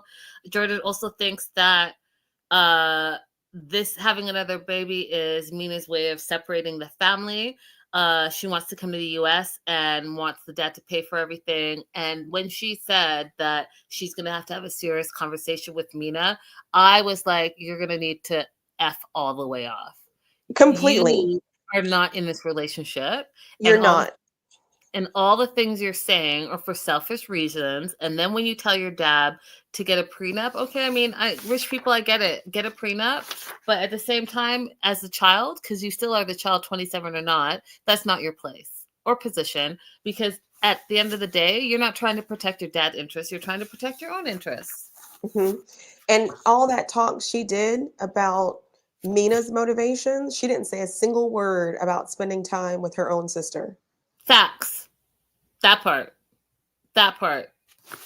We're So moving what on about to your motivations? Okay, yes, moving right. on. Fine. What effort are you making? Like, you're saying that Mina's not making any effort to get to know you, but you already have a shitty ass attitude and all these preconceived notions about who she is as a person, and you're surprised why she's not making a bigger effort. Stop it. Stop playing with me. Season 11, episode 2, Love at First Sight. We continue on with Motti, 27, and Stevie, 37. One of the things I think is interesting, TLC and Sharp Entertainment, is like your editing. I'm going to need you guys to pay a little bit more attention. I'm not an editor, but I am a writer. And like Motti's 26 in one episode, and he's 27 in an episode. Stevie's 36 in episode 37. Yes, it could be the time frame of when you film this, but go ahead and explain it, because people who pay attention to details are like, that's why like Natalie has been 39 for like the last 5 years, because y'all. We find out a lot of stuff about Stevie this episode. She has a lot of quirks. She gets sick when she drives over bridges. She doesn't like to wear pants in her house. She's OCD. She has night terrors. She likes to take naps in the middle of the day. She falls asleep while eating, etc., etc., etc. She's concerned, as she should be, that her fiance that she's only met in real life for 1 week is going to have some issues living with her, knowing that she has all these quirks. Besides the quirks, you have only seen this person for 1 week, and neither of you were in your local country. So yeah, I would be concerned too. Mm-hmm. They only spent 1 week together in real life. My question, I guess I put this down to April. What is that going to translate to in the United States, in your opinion? He arrives, and then what? In an area where they are, I think one of the things that you would struggle with as an immigrant is, how do I get around independently? Right? Because you can't drive yet. You don't have a driver's license. So if she's off working, what is he going to do? There's nothing he can walk to out there. I'm just worried about all of it, to be honest. I'm worried about all of it. Yeah. And will he find some community? Like when I was dating someone who was an immigrant, I looked up in DC, like, what restaurants do we have that serve that kind of food? Do we have a community group that meets the library that will, allow them to speak their language to other people? Because it's exhausting to speak a second language all the time. And I just feel like if you're in an area like Hattiesburg, Mississippi, you know what? Maybe somebody from Hattiesburg is in the chat. Maybe I'm wrong in my perceptions of Hattiesburg, even though y'all just freed your slaves like 10 years ago. But yeah, you're not wrong. I've never been there, but I'm going to tell you, you're not wrong, April. And if I'm wrong, y'all, and y'all from Mississippi, and it's different in where, and you can let us know. Let us know, because do you remember, Linda, I taught you how to spell Mississippi? MISSISSIPPI, but I don't know. There's some type of song. No, I don't remember, but I do know how to spell it. M-I, crooked letter, I, crooked letter, I, humpback, I. That part. I loved it. Didn't remember it, but it's still great to this day. So yeah, and he's also going to be concerned about his family. That's going to be constantly and ever present on his mind. Agreed. So after spending that week together, he's gonna arrive. He arrives in America. They embrace. She has a little bit of like I don't know, like a freak out. She feels overwhelmed. She's having a little bit of a panic attack. She needs to sit down. That whole thing happens. I wrote it down. I'm not going to get into it because I had a pre-conversation with April, and I feel like this is something I shouldn't rant over. But I will say that if you know your history, and I won't say that I'm a history buff, but I definitely like facts and I like to research stuff. And I think you guys know that by now. And so when Motti talks about calling himself Persian versus Iranian because it's like a softer blow and it sounds better, I really want you guys to like go ahead and do your research when Persia was and if Persia still exists, and therefore do Persians exist, and just embracing who you are as a person and not minimizing because you're trying to make other people feel better. That's all I'm going to say about it. I feel like that is much better than what I said to you, April, on the phone. I want to add something to it. Something that I deal with in my work is that what matters for us in terms of applying for asylum, because that's where it comes up, is the country where you were born. Okay, that's what matters for us. So it wouldn't matter if you describe yourself as Persian or not. What matters is where you were born. And I guess I'll just leave it at that too. Should we leave it at that? Yeah, we'll leave it at that. I wanted to say something, but you're right. I'll leave it. Okay, so Motti says he's happy. Stevie reminds him of family, of home, of friendship, of his wife, and the sign. He really loves it. And I don't know about y'all, but it was a little alarming to me, and maybe it got lost in translation. But the sign said, welcome home, Motti, and then it had an M at the end of it. And he explains that in his traditions, putting an M after the name means you belong to that person. And I was just like, oh, that sounds terrible. I always thought it was June. I always thought the term of endearment for Farsi was to add June at the end, like Linda June, Abby June. But obviously it's not my language. He said that he liked it. It made him feel good. So yeah, I just had not heard that before. So adding the M, any Persians out there who want to enlighten us about the M situation, please feel free. He says, he goes on to say that his parents are not feeling good about him leaving. I mean, I wouldn't either. You met this woman in Turkey for 1 week. You proposed. I don't know where the ring came from, because did you bring the ring anticipating in that week that you were going to get along and therefore propose to her? I mean, they do sell rings on every corner in Istanbul, if that's where they were, though. They didn't say it was a real diamond.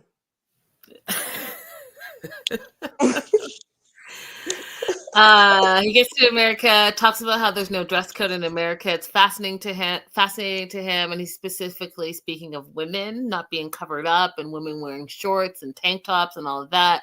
I don't know about y'all, but that was going to be a red flag for their relationship, where they've only spent a week together, and he is already pointing out these type of things.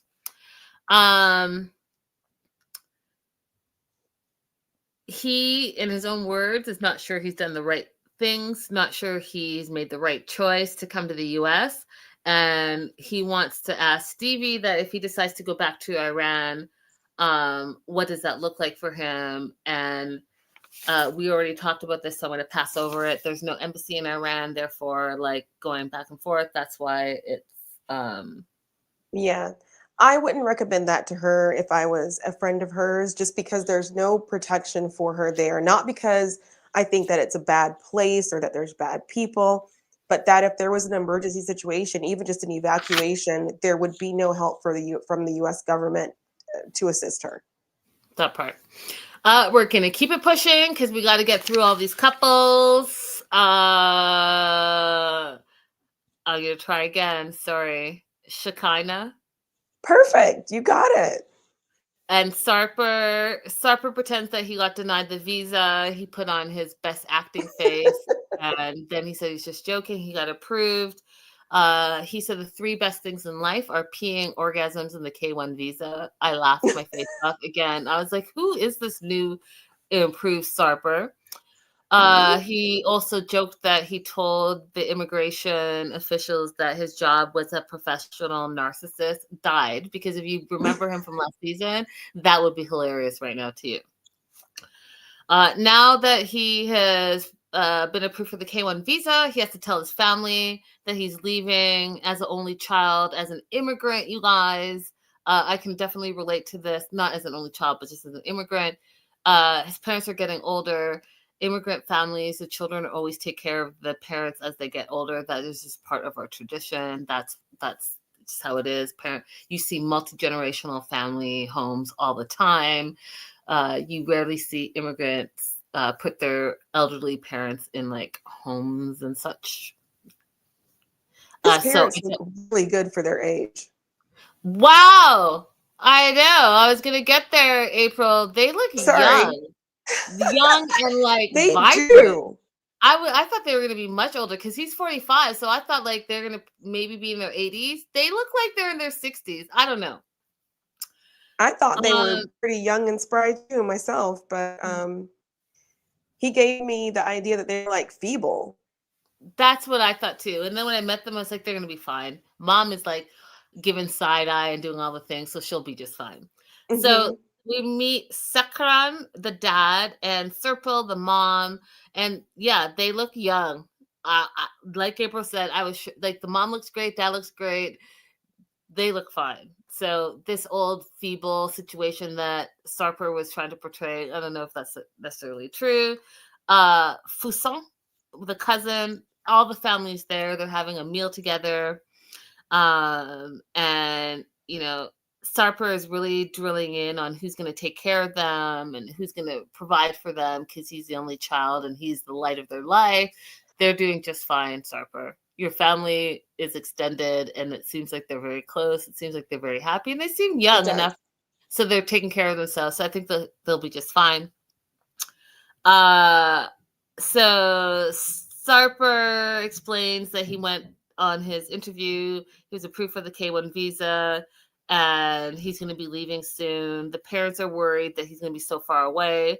And he's like, don't worry, you know, just think of it as me being away for 3 months and things are on pause. It doesn't mean I'm going to be away forever. He then is worried about a wedding and his parents not being able to come because they're not going to be able to get a travel visa. And April, can you also explain that? Because I thought Turkey was the place where you could get a travel visa. They could apply. I think that he doesn't think they'd be approved, but they could definitely apply. What I was curious about is why wouldn't they just get married? If he really wants his family to be able to participate in the wedding, and we know Shakina doesn't really have any family. She has a sister. Her sister could come to Turkey, but it seems like it would be more reasonable to just get married in Turkey and then do the marriage visa as opposed to doing the K1 and then his family not being able, because he has the larger family. Yeah. His family not being able to participate in the wedding. But regardless of what they chose, Sarper does something that's really smart here. He refuses to give an exact time frame on when he will be able to come back. And that's really smart of him. Agreed. I love the mom side-eyeing Shakina, saying that, you know, you're stealing him from us. I was like, oh, the mom's bringing her straight A game. Love it. Okay, y'all. Is this the picture of them? Because I have. Are we ready for? Yes. Oh, no. Okay, no, we already talked about them, but that's not who I wanted. I don't think I have a picture of him. You want June and Gregory, right? Yes, girl, yes. Okay, so just FYI, I forgot to put their pictures up. If you wanted to see pictures of what is it, Mark So that's and Mark and Mina. Mark is 58 and Mina is 35, and she is coming in from France, and they have one child together already. that's who this is. Mhm. Anyways, we're gonna talk about Greg. Yes. Lucille is my new favorite mom Is she? Why? because I enjoyed the very direct conversation. Is she doing a little bit more of the cleanup that he should be doing for himself? Yes. However, the very direct and frank conversations they're having with each other, I love it. I love it, Lucille. I expect nothing more from a Long Island Italian mom. I love that you went first.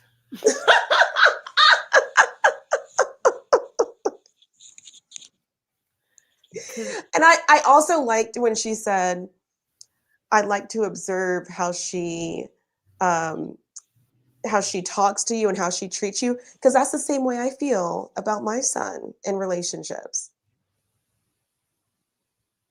I just want to know, are they being nice to you? Are they being kind to you? How do they talk to you? How do they treat you? Linda hates everything about it. We're back to being disagreeable like we used to be. What I happened? mean, Tell me. I'm going to tell you right now. First of all, Greg is 35 years old. He is an Italian American that should be on his own 2 feet as far as I'm concerned. I don't think that he ever left that house. I think he's been living with his mama his whole life, which, granted is fine because a lot of immigrant families, you don't move out of the house until you get married. But I kind of feel like that's not what's going on here. So Greg is a baker, I think. And okay, so I'm just going to tell you, I think what happened, you guys, is that he turned me off from the very beginning. And I'm going to tell you why. So he's a baker and he's baking. And I was like, oh, this is great. I love, because, I love the great British Bake Off and all that stuff. Like, I love all that bakery HGTV stuff as well. But he's baking. He has his gloves on. Great. That's great. Y'all already know how I am. Jocelyn said I might be fragile. Whatever it is, I get grossed out easily. He throws the dough up. The dough hits his forehead, you guys. And he flicks off the dough back into the regular dough and keeps kneading it like that shit didn't just hit his face. Nasty. And then going around delivering this dough to your neighbors without the gloves on. You're just putting your hands on and just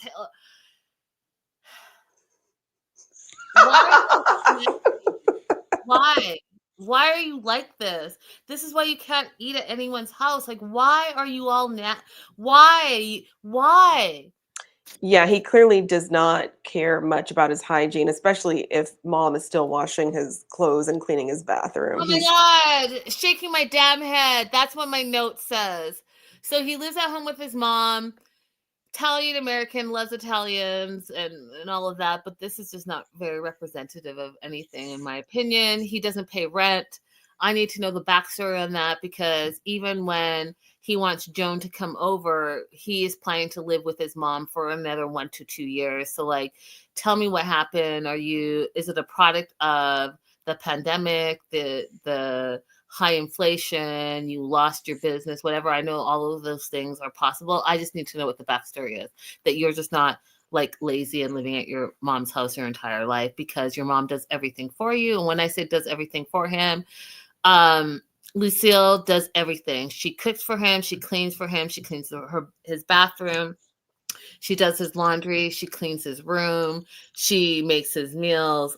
She lets him live rent-free in the house. So like it's her child, like down to the point where they were having dinner, y'all, and he didn't have any carrots on his plate. So she took her fork as if she was feeding her newborn baby and fed it to him into his mouth. And he's 35.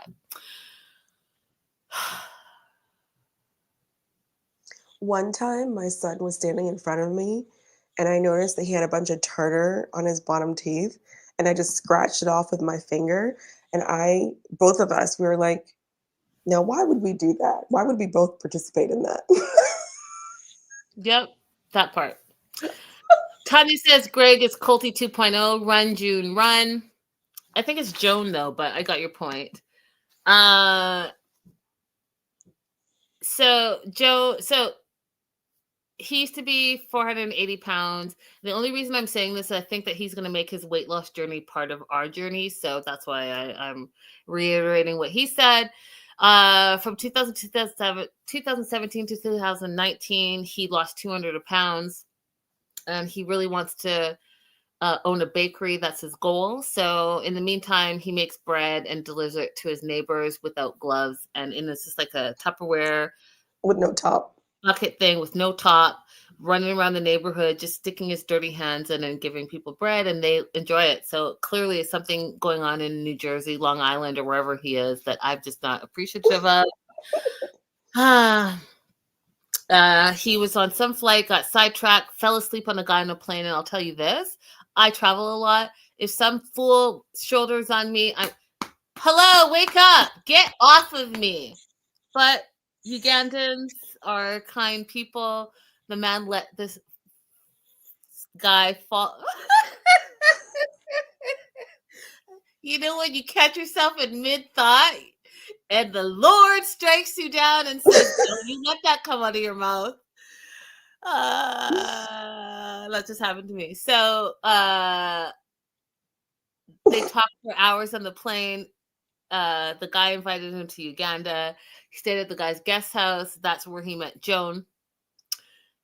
They connected, but that's all that happened. And then a year and a half later, she friend requested him on some social media platform, and they hit it off. They were instantly connected. He went back to Uganda and proposed to her on her birthday, and that is their love story. Meanwhile, he lives at home. I said that already because very important. And he plans to live with his mom for the next year or year and a half. He made I was surprised at Long Island. He was like, if you want to buy a house, it's like $400,000. I don't know where you live, but you are not getting a home where I live for $400,000 at all. So count your blessings, Greg. If that seems outrageous to you, then. Well, nobody's said he has to stay in Long Island. So when I was looking at that, or when I was listening to him say that, he could just move somewhere else. He doesn't have to, if he can't afford it. That's the reason why I haven't tried to buy anything here in DC. Why would I do that when I could just buy in Georgia where I'm from? The prices here are outrageous. You can move. You're not a tree. But I don't think that's the case. I think that he has gotten used to his mom being his caretaker. Because I think that's true too. Because when you were talking about earlier, like what's his backstory, I don't think that he said he never found his thing. Yeah. Right. A lot of us never found our thing. We just went to work at a thing that we didn't particularly care for. That and I just think that there's more to the story. I'll say there's more to the story, you guys, and him living at home is a crutch to his behavior. And I'm telling you this on watching episode 2, but I just am really good at reading people, you guys, and I'm gonna stand 10 toes down. Look at her, she got it in this. And say that there's more to this. So does his laundry, babies him, cooks for him, cleans his bathroom, feeds him like a baby, all of those things. Why would he be motivated to do anything else? The mom also goes on to say that Greg's naive in relationships. She made it seem like he's never been in a relationship, and Joan is his first relationship. So that's going to play a part of this. Mom wants to consider separate rooms when Joan gets there until they're married. She's old school. That totally made sense to me. I guess that she was coming from a pure place because she, they talked about sex and relationships and all that. She doesn't want to hear all of that. Yeah, I get it. Then my note says, what is his job? Is he so when April just talked about he never found what his thing is, part of that is just doing too much. What are you doing? So I know you guys are going to say, okay, let me just think about what I'm about to say. I'll just say it like this. What is your job? So you want to be a baker and you want a bakery. Is that your dream and your vision? Because also, is that not paying your bills? Because now I find out he's a plumber, and I'm like, is he a plumber or is he a baker? Because, you know, having a trade and being a plumber, you could easily get that $400,000 house because those trades pay very well. They So are do. you an actual certified plumber, but you're saying that you only do plumbing for your friends and family? Like, are you not making wise choices in your life? Like, so what are you doing? Are you a baker or are you a plumber? And if you have the skills to be a plumber, then go ahead and get certified and be a plumber, and you can move out of your mom's house in a year, guaranteed. A lot of these plumbers, these electricians, you guys, that you want to side eye, they're millionaires now because there are not enough of them because no one is learning a trade. So, like, what is it? I'm very curious. That being said, Joan, the Ugandan, is very highly educated. And he even says that she's taking a step back for coming to America. And I've talked about this. A lot of people talk about America, the land of the free and like the dreams and all that stuff. But a lot of people aren't living that life. They're working 24/7 and paycheck to paycheck and all the things. And it's not necessarily the best for them. And when immigrants come and they have multiple degrees, even PhDs, and those degrees are not recognized, so they do have to take a lower level job. That's what he means by having to take a step back, because she has like multiple degrees. She owns a nonprofit organization. She's all the stuff in Uganda. So coming to America, living with Greg and his mom in Long Island, and he has no clear direction in his life. I don't know. We'll see what happens. He has clearly finances an issue. So we'll see what happens. April, do you want to add to that before I move on?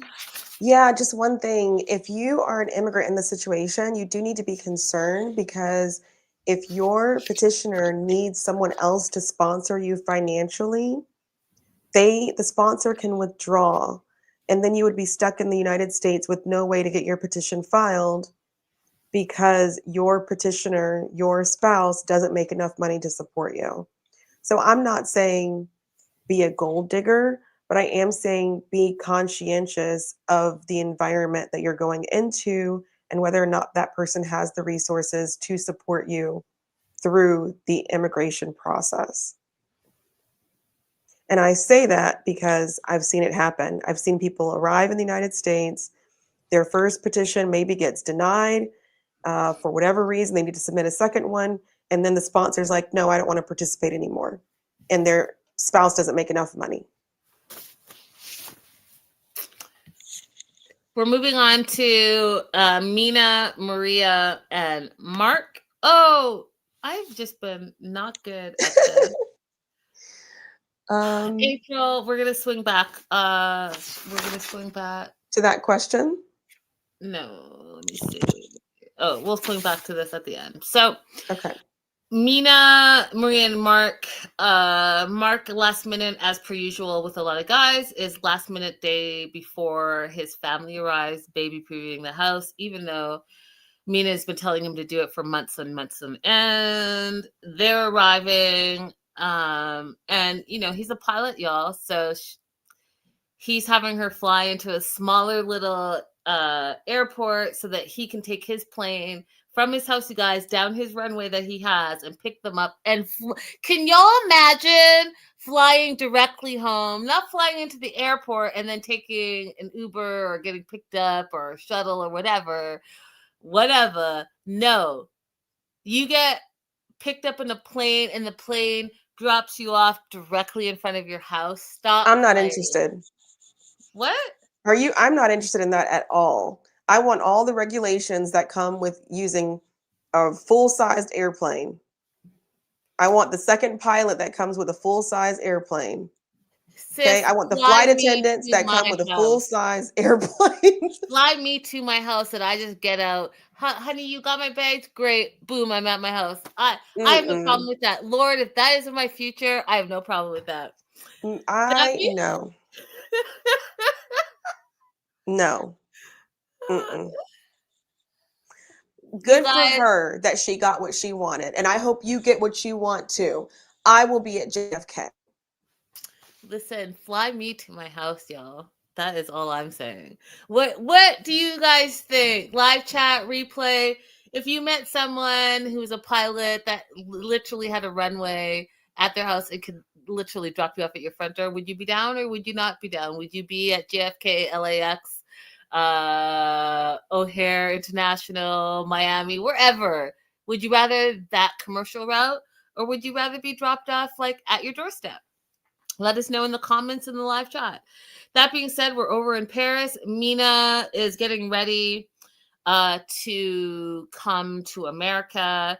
She says, and you know what? The translation, I'm sure Drake has his own jet lit. You know what? Joslo is on a roll. Joslo! Drake does have his own jet, Joslo. I haven't been on it yet, but I do have a friend in Toronto where Drake flew out a couple of his friends to LA on that private jet for their birthdays, put them up in a hotel. They had a great time. We met up with them, but I have not been on that jet. So Mighty Mini 428 says, I would love to be dropped off at my doorstep. Heck yeah, fly me anywhere. I want them game. Joslo is like, if it's a short flight, I'm down. Listen, y'all. I'd have a panic attack the entire flight. No. Drop me off at my house. Let me look at my runway in my driveway like, hey, babe, I kind of want to go to Vegas for the weekend. Can we make that happen? I digress. Mina, Paris. She's met many men who could give her everything she wants, treat her like a princess, but none of them could give her a family. That's why she fell for Mark.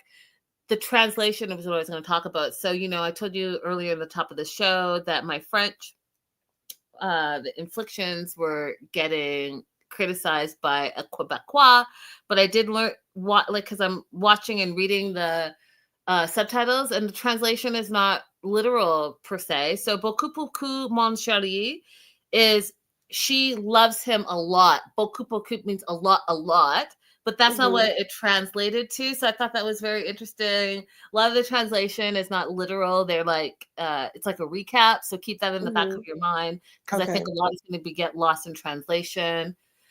Joslo, you're Canadian? Is that a true statement?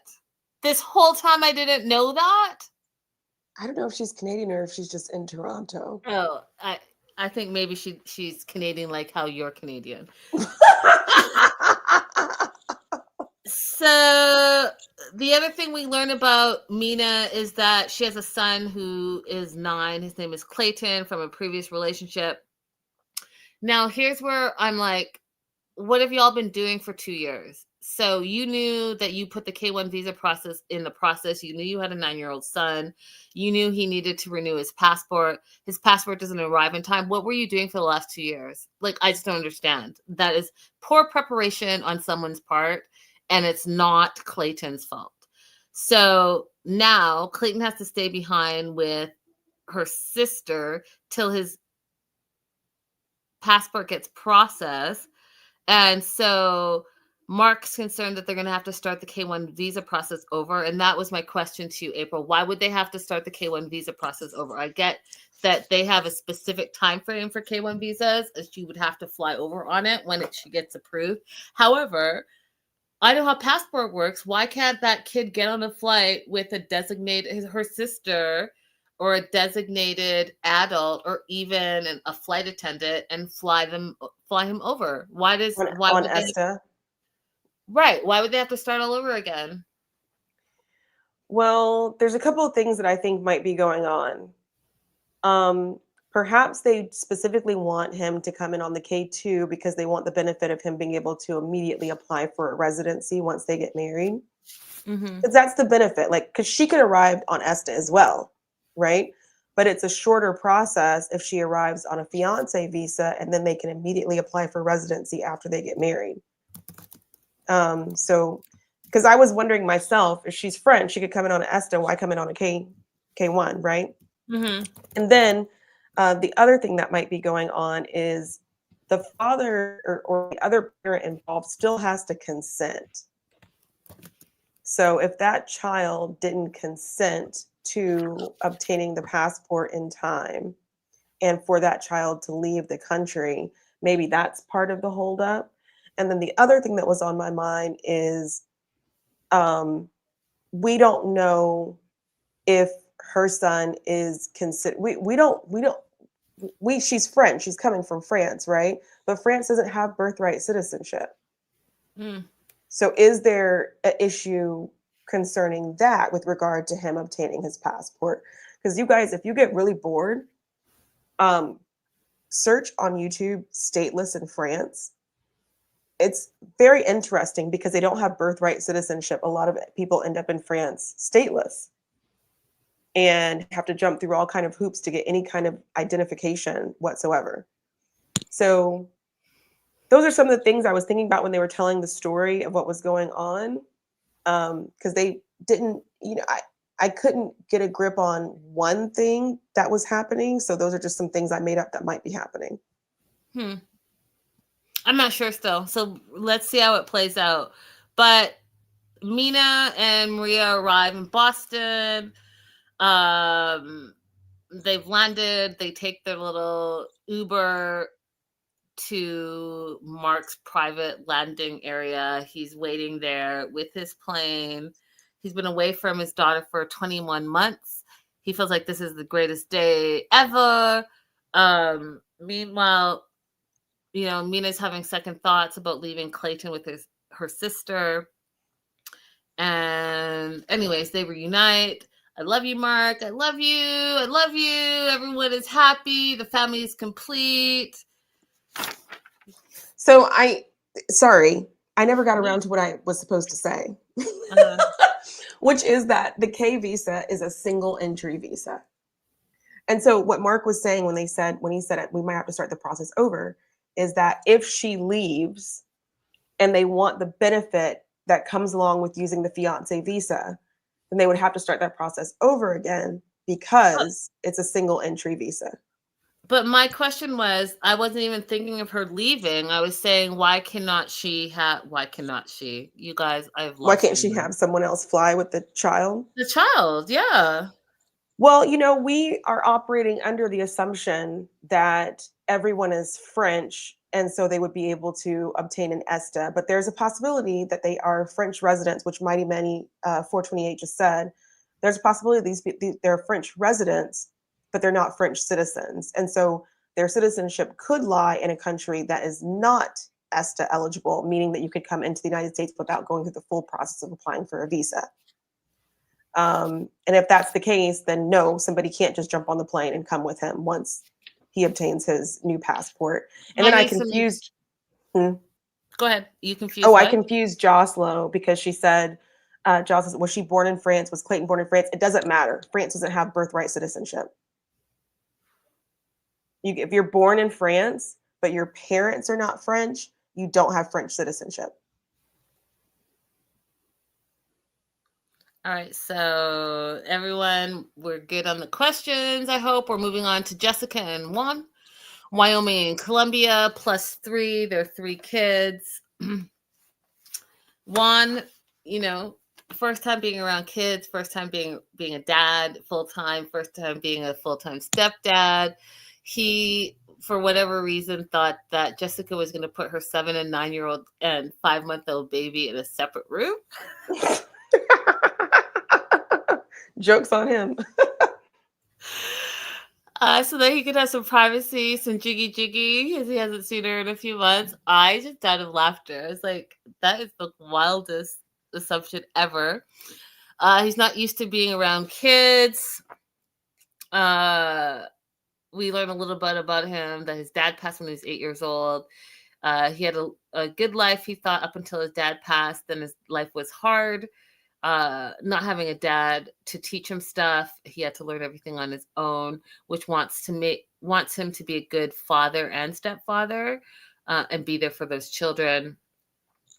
They're checking into the hotel. He sees that there's no privacy. He is saying that this whole situation is very hectic because the kids have a lot of energy still, and I thought that was super funny because I was like, where did you think the kids were gonna go? Like, hello.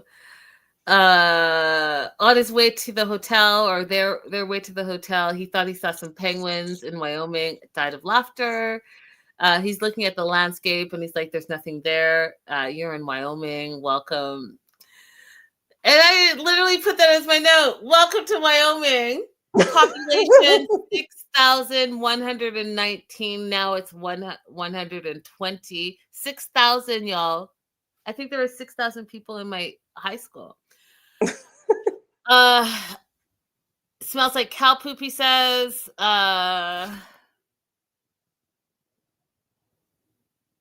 So they spend the night at the hotel. They wake up in the morning and they head over to the house. They get to the house, Christmas tree is up, and he's like, there's a lot of those messages on the walls. He thinks it's too much. Like, you know, peace, love, romance, eat, pray, love, welcome to our home. You know, all of those. Are you big on those signages?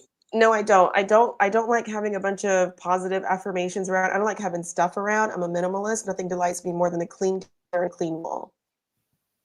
Yeah, I don't do all that looked overwhelming to me. Her house. Yeah, I'm not into it either. No, not for me. But y'all already know how I am, so here we are. Finds out that their bedroom has no door, so again he's worried about privacy. And I was like, Juan, where are your priorities? I get it. Where's her door? I mean, yeah, where are the doors? He's worried because, like, what's gonna happen here? This open live-in situation. Back to Mark and Mina. Mina's complaining that the house is old. Listen, Mina, the house is old. It's beautiful, but he's been living a bachelor life for like way too long, and that's why it's looking like that. She's like, the house is big, but it feels lonely.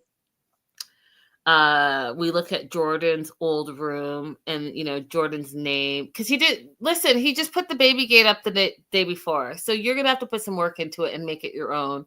Do I think it was appropriate for him to have his ex-wife and family photos and such on the wall? He was married to her for 19 years. I think he's looking at it from the children's perspective and less about the ex-wife's perspective. Mm-hmm. And so I don't think you should feel disrespected. You know, who am I? Half in English, you guys, half in French. I don't know if you can see that. Yes.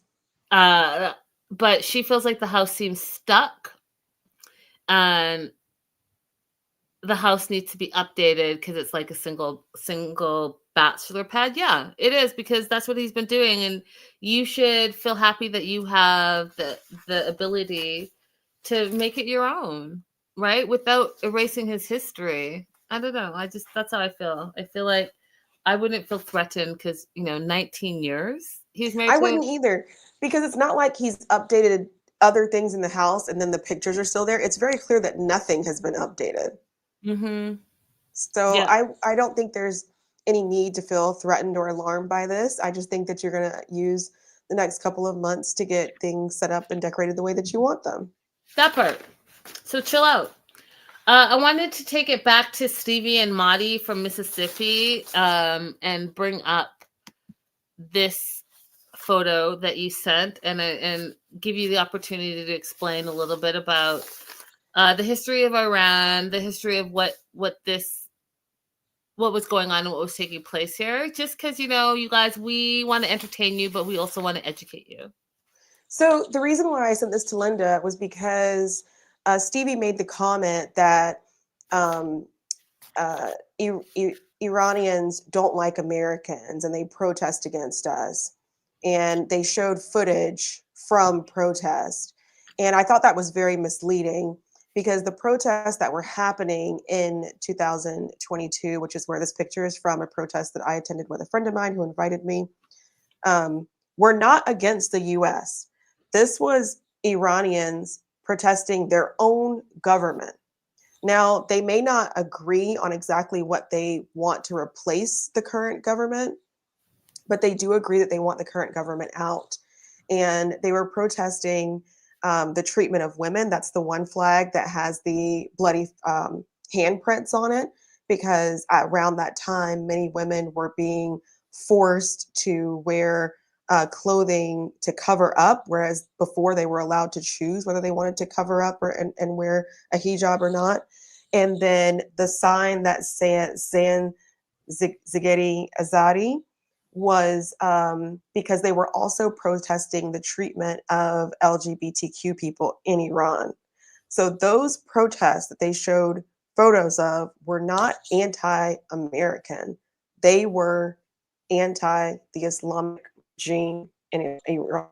And I wish they would have made that more clear. It's not a US versus America issue in that situation. There you go. You guys, we have caught up on episodes 1 and 2 of season 11 of 90 Day Fiance. We will be covering the full season. I'm already invested. The new episode 3, came out yesterday. We will be covering it next week. I want to say next week, but maybe you never know with April and I. We might just pop up. We're trying to catch up, y'all. We've missed you. I know you've missed us. Make sure to like and subscribe to 90 Day the Melanated Way, as well as you guys hook it up Abby the over at attorney. Linda So Girly on Instagram. Follow April the attorney. And I know she said it, but Abby. Everybody say Abby. Those are your old heads here. It's a new name for you. What is it it's though? different. Abby Abby what? the attorney. No. Abigail at Abigail Winters 80 is where you will find my YouTube and TikTok that have my personal stuff, not my work stuff. So here you can cook with me, you can hang out with me in DC, and I also do more travel here. So if you want to see my old trips to Antarctica, that's great. If you want to come along with me in the future, I'm headed to Uzbekistan. That'll be fun. I'll probably be going live from there because I love the architecture. So yeah, come hang out with me at Abby the Attorney. April's never in one spot, so definitely follow her. It's quite the journey.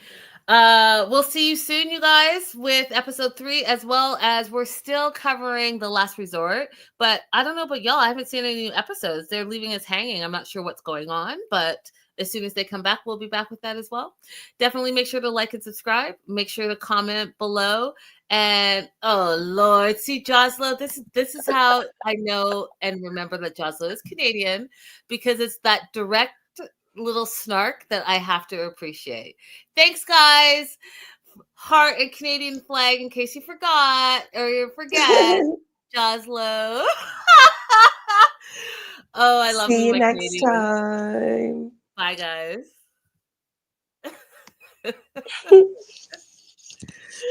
These little smart Alex. I love it. I just love it. It's like keeps me on my toes and makes me laugh. Oh, I'm still live. My bad.